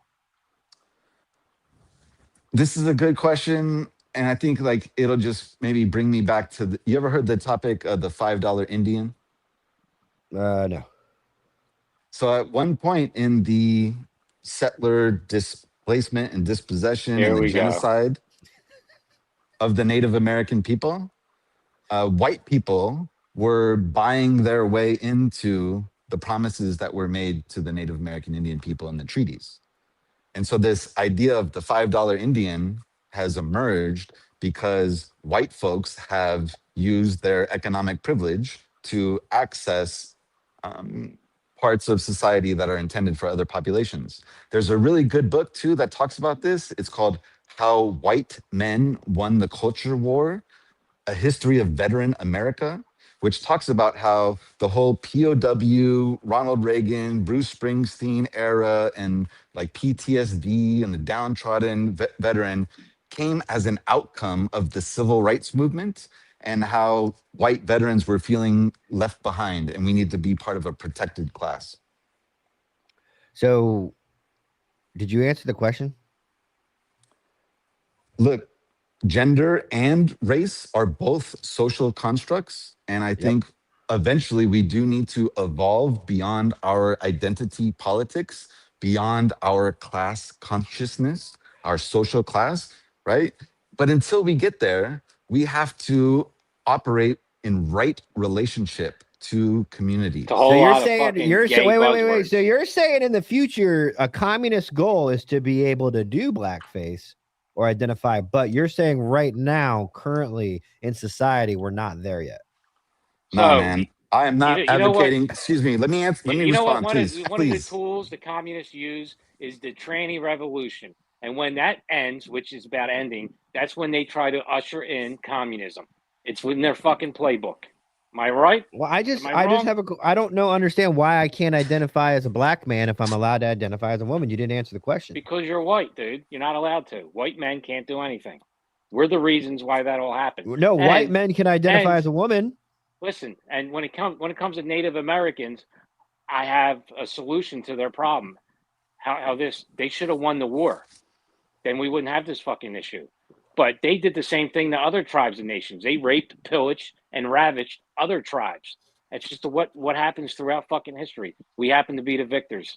The victors go to spoils. It is what it is, dude. Get over it. It's fucking 200 some years later. I had nothing to do with it. I don't give a fuck about it. A little bit more than 200, but yes, around that time. So I am not advocating for the use of blackface. I like how you stayed on that. You wanted to make that very. Why do you not? I thought you didn't. I thought you weren't a leftist. I thought you were a communist. Why do you care? It's a social construct. So I was going to say, why do you care if I break a social construct? Blackface has been used in the United States and weaponized against Black communities to fulfill these fantasies, these racist tropes of white people, right? And what is it? Dude. Birth of a Nation. Birth of a Nation is the first film that was ever screened at the White House. Look up Birth of a Nation. Look how blackface was used in that to perpetuate the myth of the Black super predator. Maybe I shouldn't have said blackface. Are you okay with me identifying as a black man? Now I'm talking next Thursday, a week from today. I show up dressed in ethnic clothing and I'm talking like, what you talk about, Willis? And I'm just being the most ignorant person ever. But that's what I identify as, that social construct I'm breaking. Are you okay with that? I agree with you that a white person putting on these ethnic clothes is one of the most ignorant people possible. So But I'm I'll not agree with allowed you. to. I just don't understand why I'm not Hey, allowed to do that. But sure, you are allowed to. You can, and we can. And if you do that, we can have a conversation about that. but About you would think cultural that's mentally ill, appropriation. right? You would think that's mentally ill if I did that. I'm not going to pathologize that. No, I wouldn't Would you think pathologize there's that. something wrong with me if I did that mentally? Do you think something could be not clicking upstairs? I think it's more of a moral issue than a mental issue. But dressing up and identifying as a woman is not a moral issue at all in your eyes. No, and let me tell you why. Because transphobia is an outcome of colonialism. So there are, and why is that, right? There are cultures throughout the globe that exist beyond a gender binary, right? It's not white or black. There's a lot of gray in between. Mexico has their own culture. In the Philippines, it's known as Babaylan. And in the United States, Turtle Island, it's known as Two-Spirit. And these folks are often like venerated and elevated to, important roles in their Two-Spirit's cultures. bullshit and was just made up. Go, I'll tell you, find me where Two-Spirit was used a couple hundred years ago. Source it for me. A lot of Native American tradition is I don't oral need any history. verbal. I don't need anything verbal from you now. Just source it for me next time we talk. Come in and show me where Two-Spirit came from with a reputable source. I'd be glad to share more about that with you. Perfect. Thank you. Absolutely. I look forward Thank you to for it. the invitation. I just don't, obviously, what my point is. You're a very intelligent person, Ryan. You know the point I'm making. So I was trying to find some clarification in what makes it breaking barriers and what makes it offensive. And can you really let's go beyond that though? Why though? Why is that something that you would want to do? Is this just to no, I'm a straight white male and I identify that. I identify with that 100%. I just try to understand other people. I really do. I try to understand where they're coming from. So I can disagree with them, but I don't have, when you look at somebody, you've probably grown through this as you've grown. You probably looked at people and they just kind of made you mad. You're like, why the fuck? But you try to understand people and where they're coming from and that origin of where they started and all that. And I try to understand what people are saying. And that's one of the biggest things is I can identify as everything I want, race, gender, creed, but I can't identify, identifying as a black man. It's like, all right, Tyler can identify as a woman. Good. Ryan's good with it, right? Where's my thumb? There it is. Ryan's good with it. Tyler identifies as a black woman. Get rid of the black part. We don't do that. And I'm wondering why, because you say you're not a leftist, you're a communist, and you just kind of hinted that in pure utopia communism, there's no constructs. There's no one's offended. No one's anything, but you kind of hinted that we're not there yet. So you're whatever the state tells you are. Yeah. So I just want one point of clarification. I am, communist, socialist. I am a leftist. And which I want to uplift the recent comments of the Speaker of the House, Mike Johnson, and his seeking funds to combat local domestic communists. And so I'm really putting myself at risk here, right? Being with y'all today. And yeah, you should be expelled from the country. Awesome. Communism should be illegal. Come on over and do it yourself. Let's see how that works for you.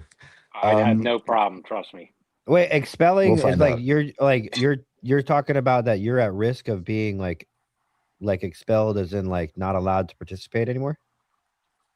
Yeah, just Google Mike Johnson, communism, domestic budget. Right. And we're heading the right track. Communism notice what you illegal. notice. Well, I would vouch for you, Ryan. I would write you something if it mattered, saying that you come on here and you've been formal. You've been not really educational in my eyes, but you've made points. You've had debates, and that's what you told us from the day one. This is what you're supposed to do. You're supposed to spread this creed, this manifesto. Yeah. Can I address Austin's comment? Yeah. So one thing I think we do have to sort of emphasize is that liberals do identify a lot by identity politics, right? Leftists identify by social class as our identity. Okay, I am a landless rent peasant. And if you are too, listener, then we are closer connected than we are to Elon Musk, the trillionaire. But Austin Lawan 6672, thank you for the $2. We call that Yes. a Juper chat, because it's pretty cheap. So it's not a super chat, it's a Juper chat. Yo, I would advise us against anti-Semitic phrases. So, yes, white people can experience prejudice, absolutely. What they cannot experience is racism, because racism implies a power dynamic, and white people are the dominant culture in the United States. So, yes, they can experience prejudice. No, they cannot experience racism. So Caitlin Clark is the minority in the WNBA, and she's hated because of skin color. She's white. That's not racism? I think the American fascination with celebrities is That's not curious. the question. Caitlin Clark is a member of the dominant culture in the United States. Not the question. Not in WNBA, she's not. She's a minority. Where do the WNBA play? It doesn't matter where they play, who owns them, who watches them. Within their culture and their society of the WNBA, she's hated because she's white. Great question for Ryan. How is that not racism? Well, great for both of you. Ryan, do you have anything of any credible source of what you define racism as? And like, just like I'm saying, like there's different definitions of terrorism per every 3-letter agency, right? So when you look at what's the definition of terrorism, you get 6 different answers officially. So I didn't know if you had an official source of what you believe that racism is. If we were to pull it up, if we were to Google definition of racism, and we're like, wow, that fits what me and Nick are saying, and you're like, well, no, it doesn't. Is there other definitions of racism out there that defy what we know as it? I'd be glad to offer some sources. I look at like Angela Davis, bell hooks are a couple of great resources. And what's important to know about the term racism specifically is power and proximity to power. That's the most important point. Okay. Didn't answer the question though. What's the definition of it?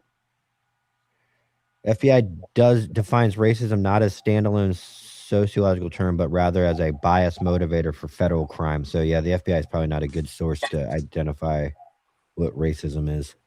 Okay, I was curious. I just learned about a book today called The Color of Law, and I just want to uplift that. I'm not assuming that G Money is necessarily a reader, but I think it is something I'm looking forward to learning more about, because when we talk about things like law and order, which is really a racist dog whistle, or when we talk about the rule of law, we really have to talk about like who do these laws actually protect? And if we're honest, it is property and property owners. So that means for the rest of us, landless rent peasants, the law is not necessarily in our favor. I'll stop being a landless rent peasant then. Go make money and own some land. Who's your favorite landlord? You're the only person. Do you have a favorite landlord? Yeah, mine. It's great. Yeah, do you write him thank you notes? Sign his shoes? Hey, one thing before you leave, Ryan, I just want to say you don't pan. There was a reel about female cops where we kind of dunk on female cops a little bit. We can, and you said on there, I was waiting for, like, I saw that you commented. I'm like, oh my God, is Ryan going to defend females because they're female cops? And you just said ACAB goes for female cops too. And I laughed out loud for probably about 4.5 minutes, because it was just like, just so y'all know. So you stand on 10 toes. I respect it. ACAB, all cops are bastards, is my favorite phrase of inclusivity, because it even captures the canines also. Ooh, thank you for that acknowledgement. And if we really want to be specific, there's a good article called The Urgency of Anti-Imperialist Feminism, which informs us that whether it's women in the military, women on the police force, U.S. Navy ships being named after Harvey Milk, Gross. we cannot pinkwash the empire's sort of plan with these sort of identity politics and inclusion of women or queer folks in these really oppressive institutions. I can't wait for communism to become illegal. All right, Ryan, thank you so I want much to for hear this joining us. drivel. It's always a good conversation with you, even when you duck our questions. Appreciate it, man. I'll see you next week. Never answered a question. Are you still married, G-Money? Huh? Are you still with your daughter's birthing parent? None of your business. Oh, okay. So you dodge questions too. Glad to see it. Have a great week, guys. Hey, man, you're a good sport, Nick. Proud of you. Fuck him.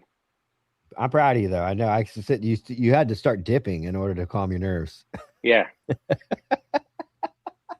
I got to do something or I'm going to explode fucking eternally. They wanted me to ask him to come to the meetup in September, but I'm not going to do that to Ryan. Absolutely not, dude. If it was just like innocent dunking in the pool, we're going to dunk you because you got braids and a communism, I'm really super worried that that some of these guys would.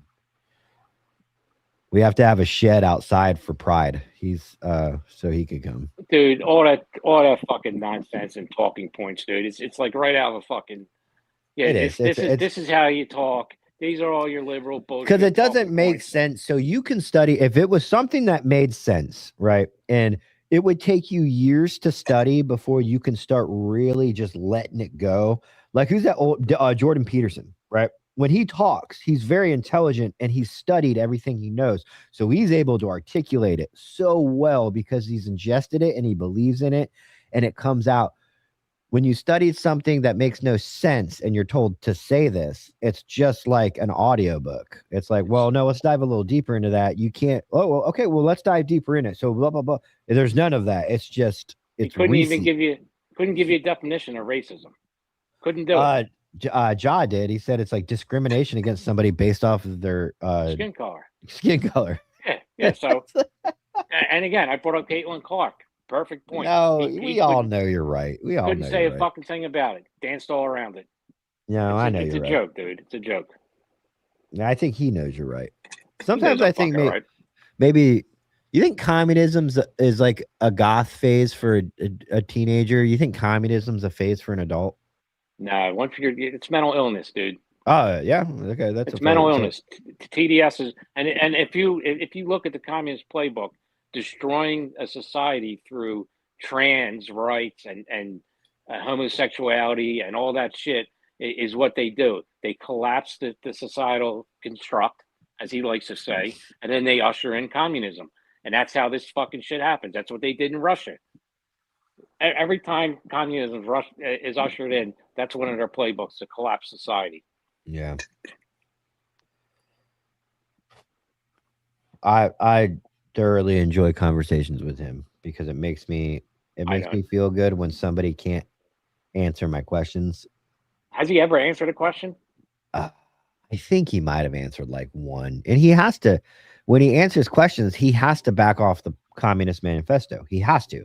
You can't answer any of the logical questions when you're reading from fucking gibberish. So he has to step away and go, okay. And what it took was JoJo buttering him up for about 15 minutes and asking him, please be an effective communicator. No one's trying to get you. They just want to talk with you, but you push people away when you won't have real conversations. And that kind of like warmed him up a little bit in the sense that like what logic I believe he still has in him was like, okay, this is a fair point. I can't just sit there and push 50 people live away from me with ridiculousness. So let me try to level with him. And I think he answered around that time, like one question. He uses all those words. And listen, I never really took any personal shots at him, but he wants to start He did. Shots at my daughter and shit. The fuck out of here. I will smack the shit out of him. No, I don't. I think he was taking chops at you saying that I don't think he said anything about your daughter. No. When you're talking about me in a father role or husbandry, then yes. I don't mind superficial shots, but he wants to take it personal. That's fine. Yeah, he's the first communist I'll hunt when it's fucking outlawed.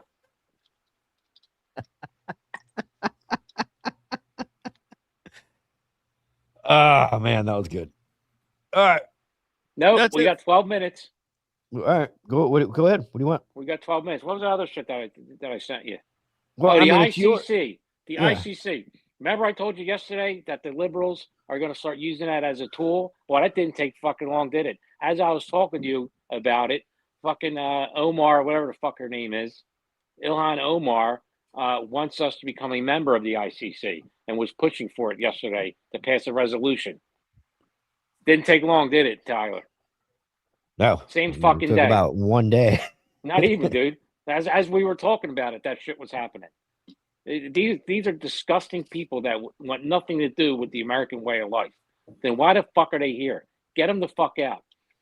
And my point's been, we've shed so much blood over the last century trying to fight communism in foreign lands, right? Our fucking young boys killed, horrific fucking battles, and we're allowing this rot in our fucking country, in our politics, to come on our fucking shows and spew that fucking nonsense. It should be fucking illegal. I definitely disagree with Ronald Reagan in that one. And the way they did it, they've been indoctrinating our fucking kids. It's a fucking poison pill. And I guarantee you, I'm going to start sourcing all that fucking shit about trannies because they're fucking more depressed. And I think they have a higher suicidal rate than fucking normal people.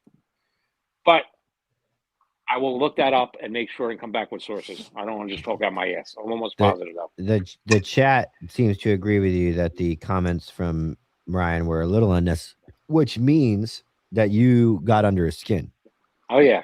When somebody does that, because he's usually pretty good. He doesn't take things personally, but I think you get under his skin a little bit. But I want to ask you, you think it should be illegal to have communists on? At what point do we start dictating free speech?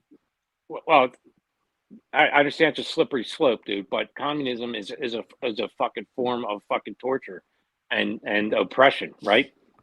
It's not free speech, dude. It's an actual fucking societal structure. It's not fake. It's not fucking just talk. There's real shit that comes with it, and fucking millions, hundreds of millions of people are dead because of it. People don't die from free speech unless they get a little too fucking free with the wrong person. Or the deep state comes after him. Yeah, I mean, dude, communism should be illegal. All these communists in our I government agree. should be It should be illegal. Wait, I mean, thrown out. But I think you can't. I mean, we let Satan worshipers talk about Satan. And Different. They're not going to fucking come in power and make us fucking rule Satan and put us in fucking cages and then fucking limit our fucking energy supply, limit our fucking food intake, tell us where we have to work, what we're allowed to study, what jobs we're going to fucking have. That's what comes with communism. There's no fucking such thing as democratic socialism or communism.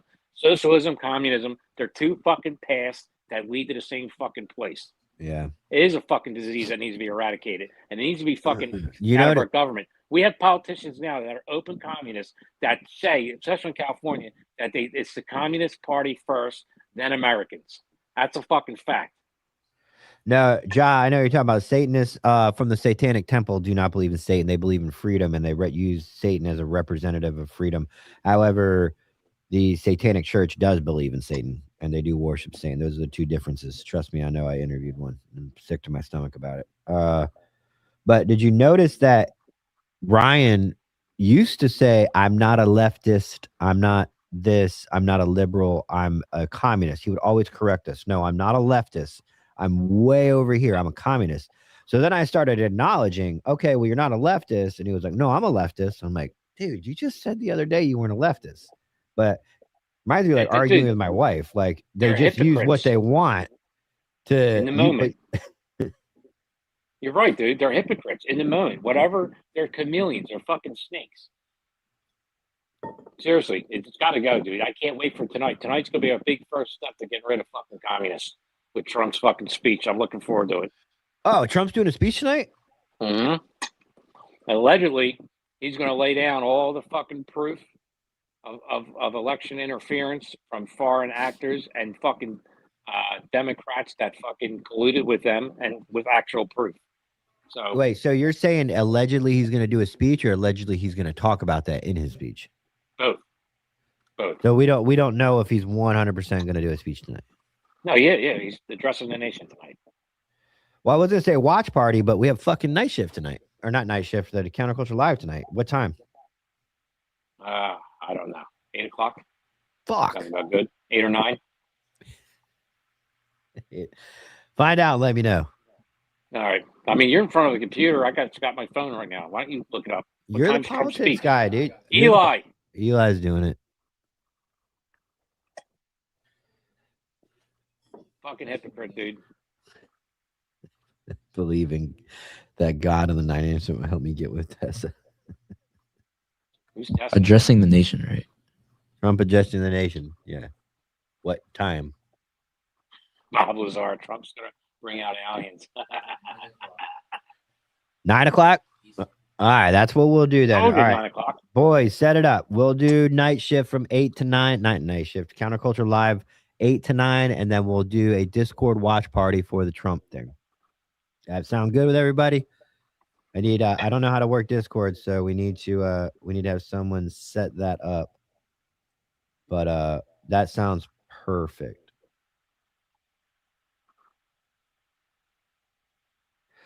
For tonight's live. What are we doing at Discord? Or no, in a live? No, I can't stream it. I can't do a thing on Counterculture on YouTube because we'll get fucking. Wait, no. If it's the White House, maybe not. I don't know. I think you can with the White House. You can. Is that where it's going to be on the White House YouTube channel? Yep. Or do we address the nation on YouTube now? Remember 15 years ago we addressed it on ABC, NBC. Now we just address it. It's dead, dude. They're fucking dead. They're dying. What would he do if fucking YouTube, a private company, just cut the feed? Wouldn't be good for YouTube. I guarantee you they wouldn't. YouTube's last mistake they ever made. Elon would fucking buy it, dude. Then YouTube would be really free.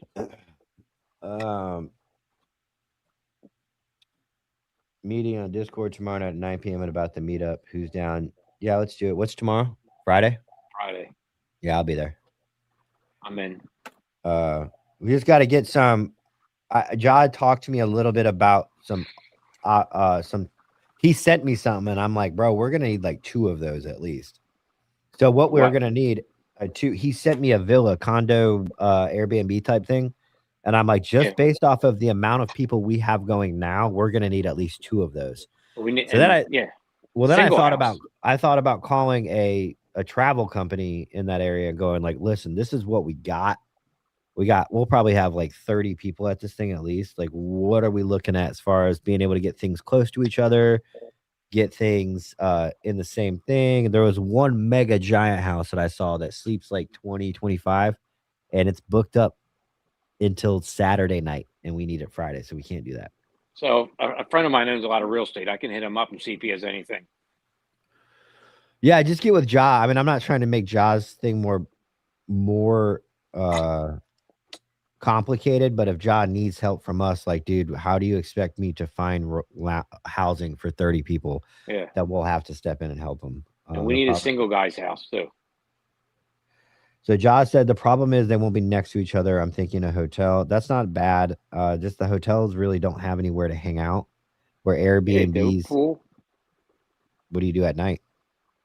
Same shit. Pool. Down at the beach. We do that shit all the time, dude.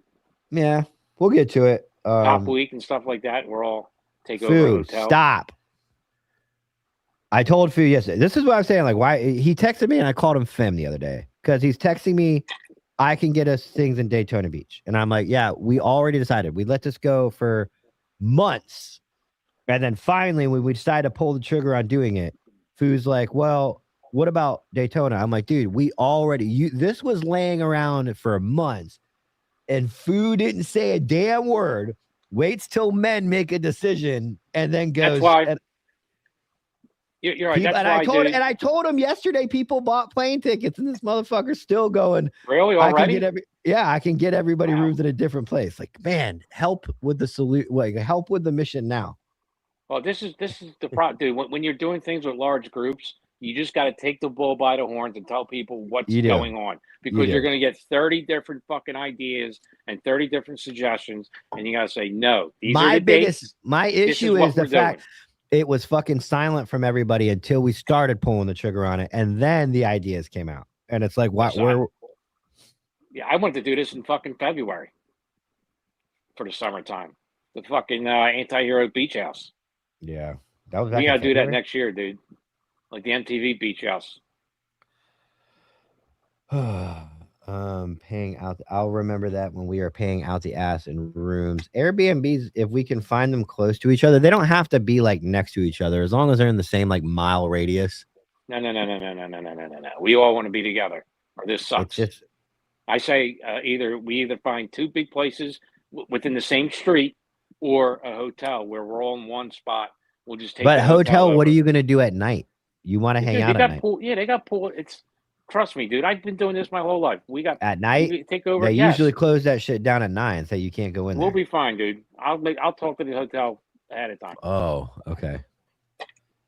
I've been doing this my whole life. We'll be fine. We drink on the fucking beach. We'll drink by the fucking pool at night. It'll be good. I don't think you can drink on the beach in Tampa. We'll drink on the beach. All right. All right. That's it for today's show, guys. Thank you so much for tuning in. Don't forget, you can go to countercultureinkthreads.com. Use promo code ANTAIR. Get this dope ass shirt, and the back has a design on it too. So appreciate the guys who already put in their orders, guys who have already made the commitments to come to this meetup Friday night, like Josh said, Discord meeting. G Money, come to the meeting tomorrow, please. I've never seen Ja take anything seriously in my life. It's kind of weird. Neither have I. It's very weird. Yeah, it's like somebody. I'm still waiting for the shoe to drop. Ja, this is a big joke. I almost said Ja. I almost said Ja. Is that your wife doing this? But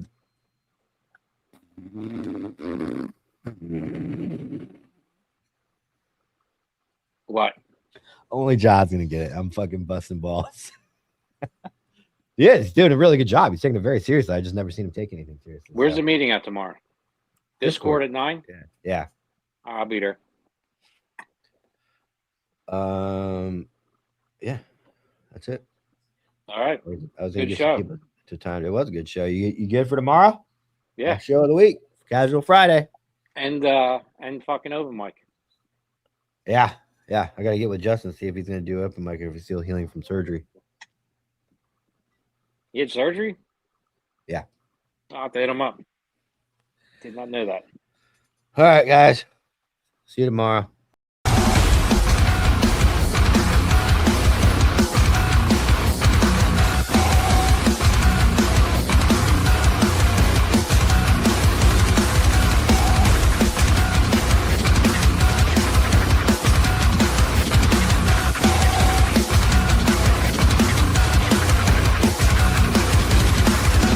JV team for life.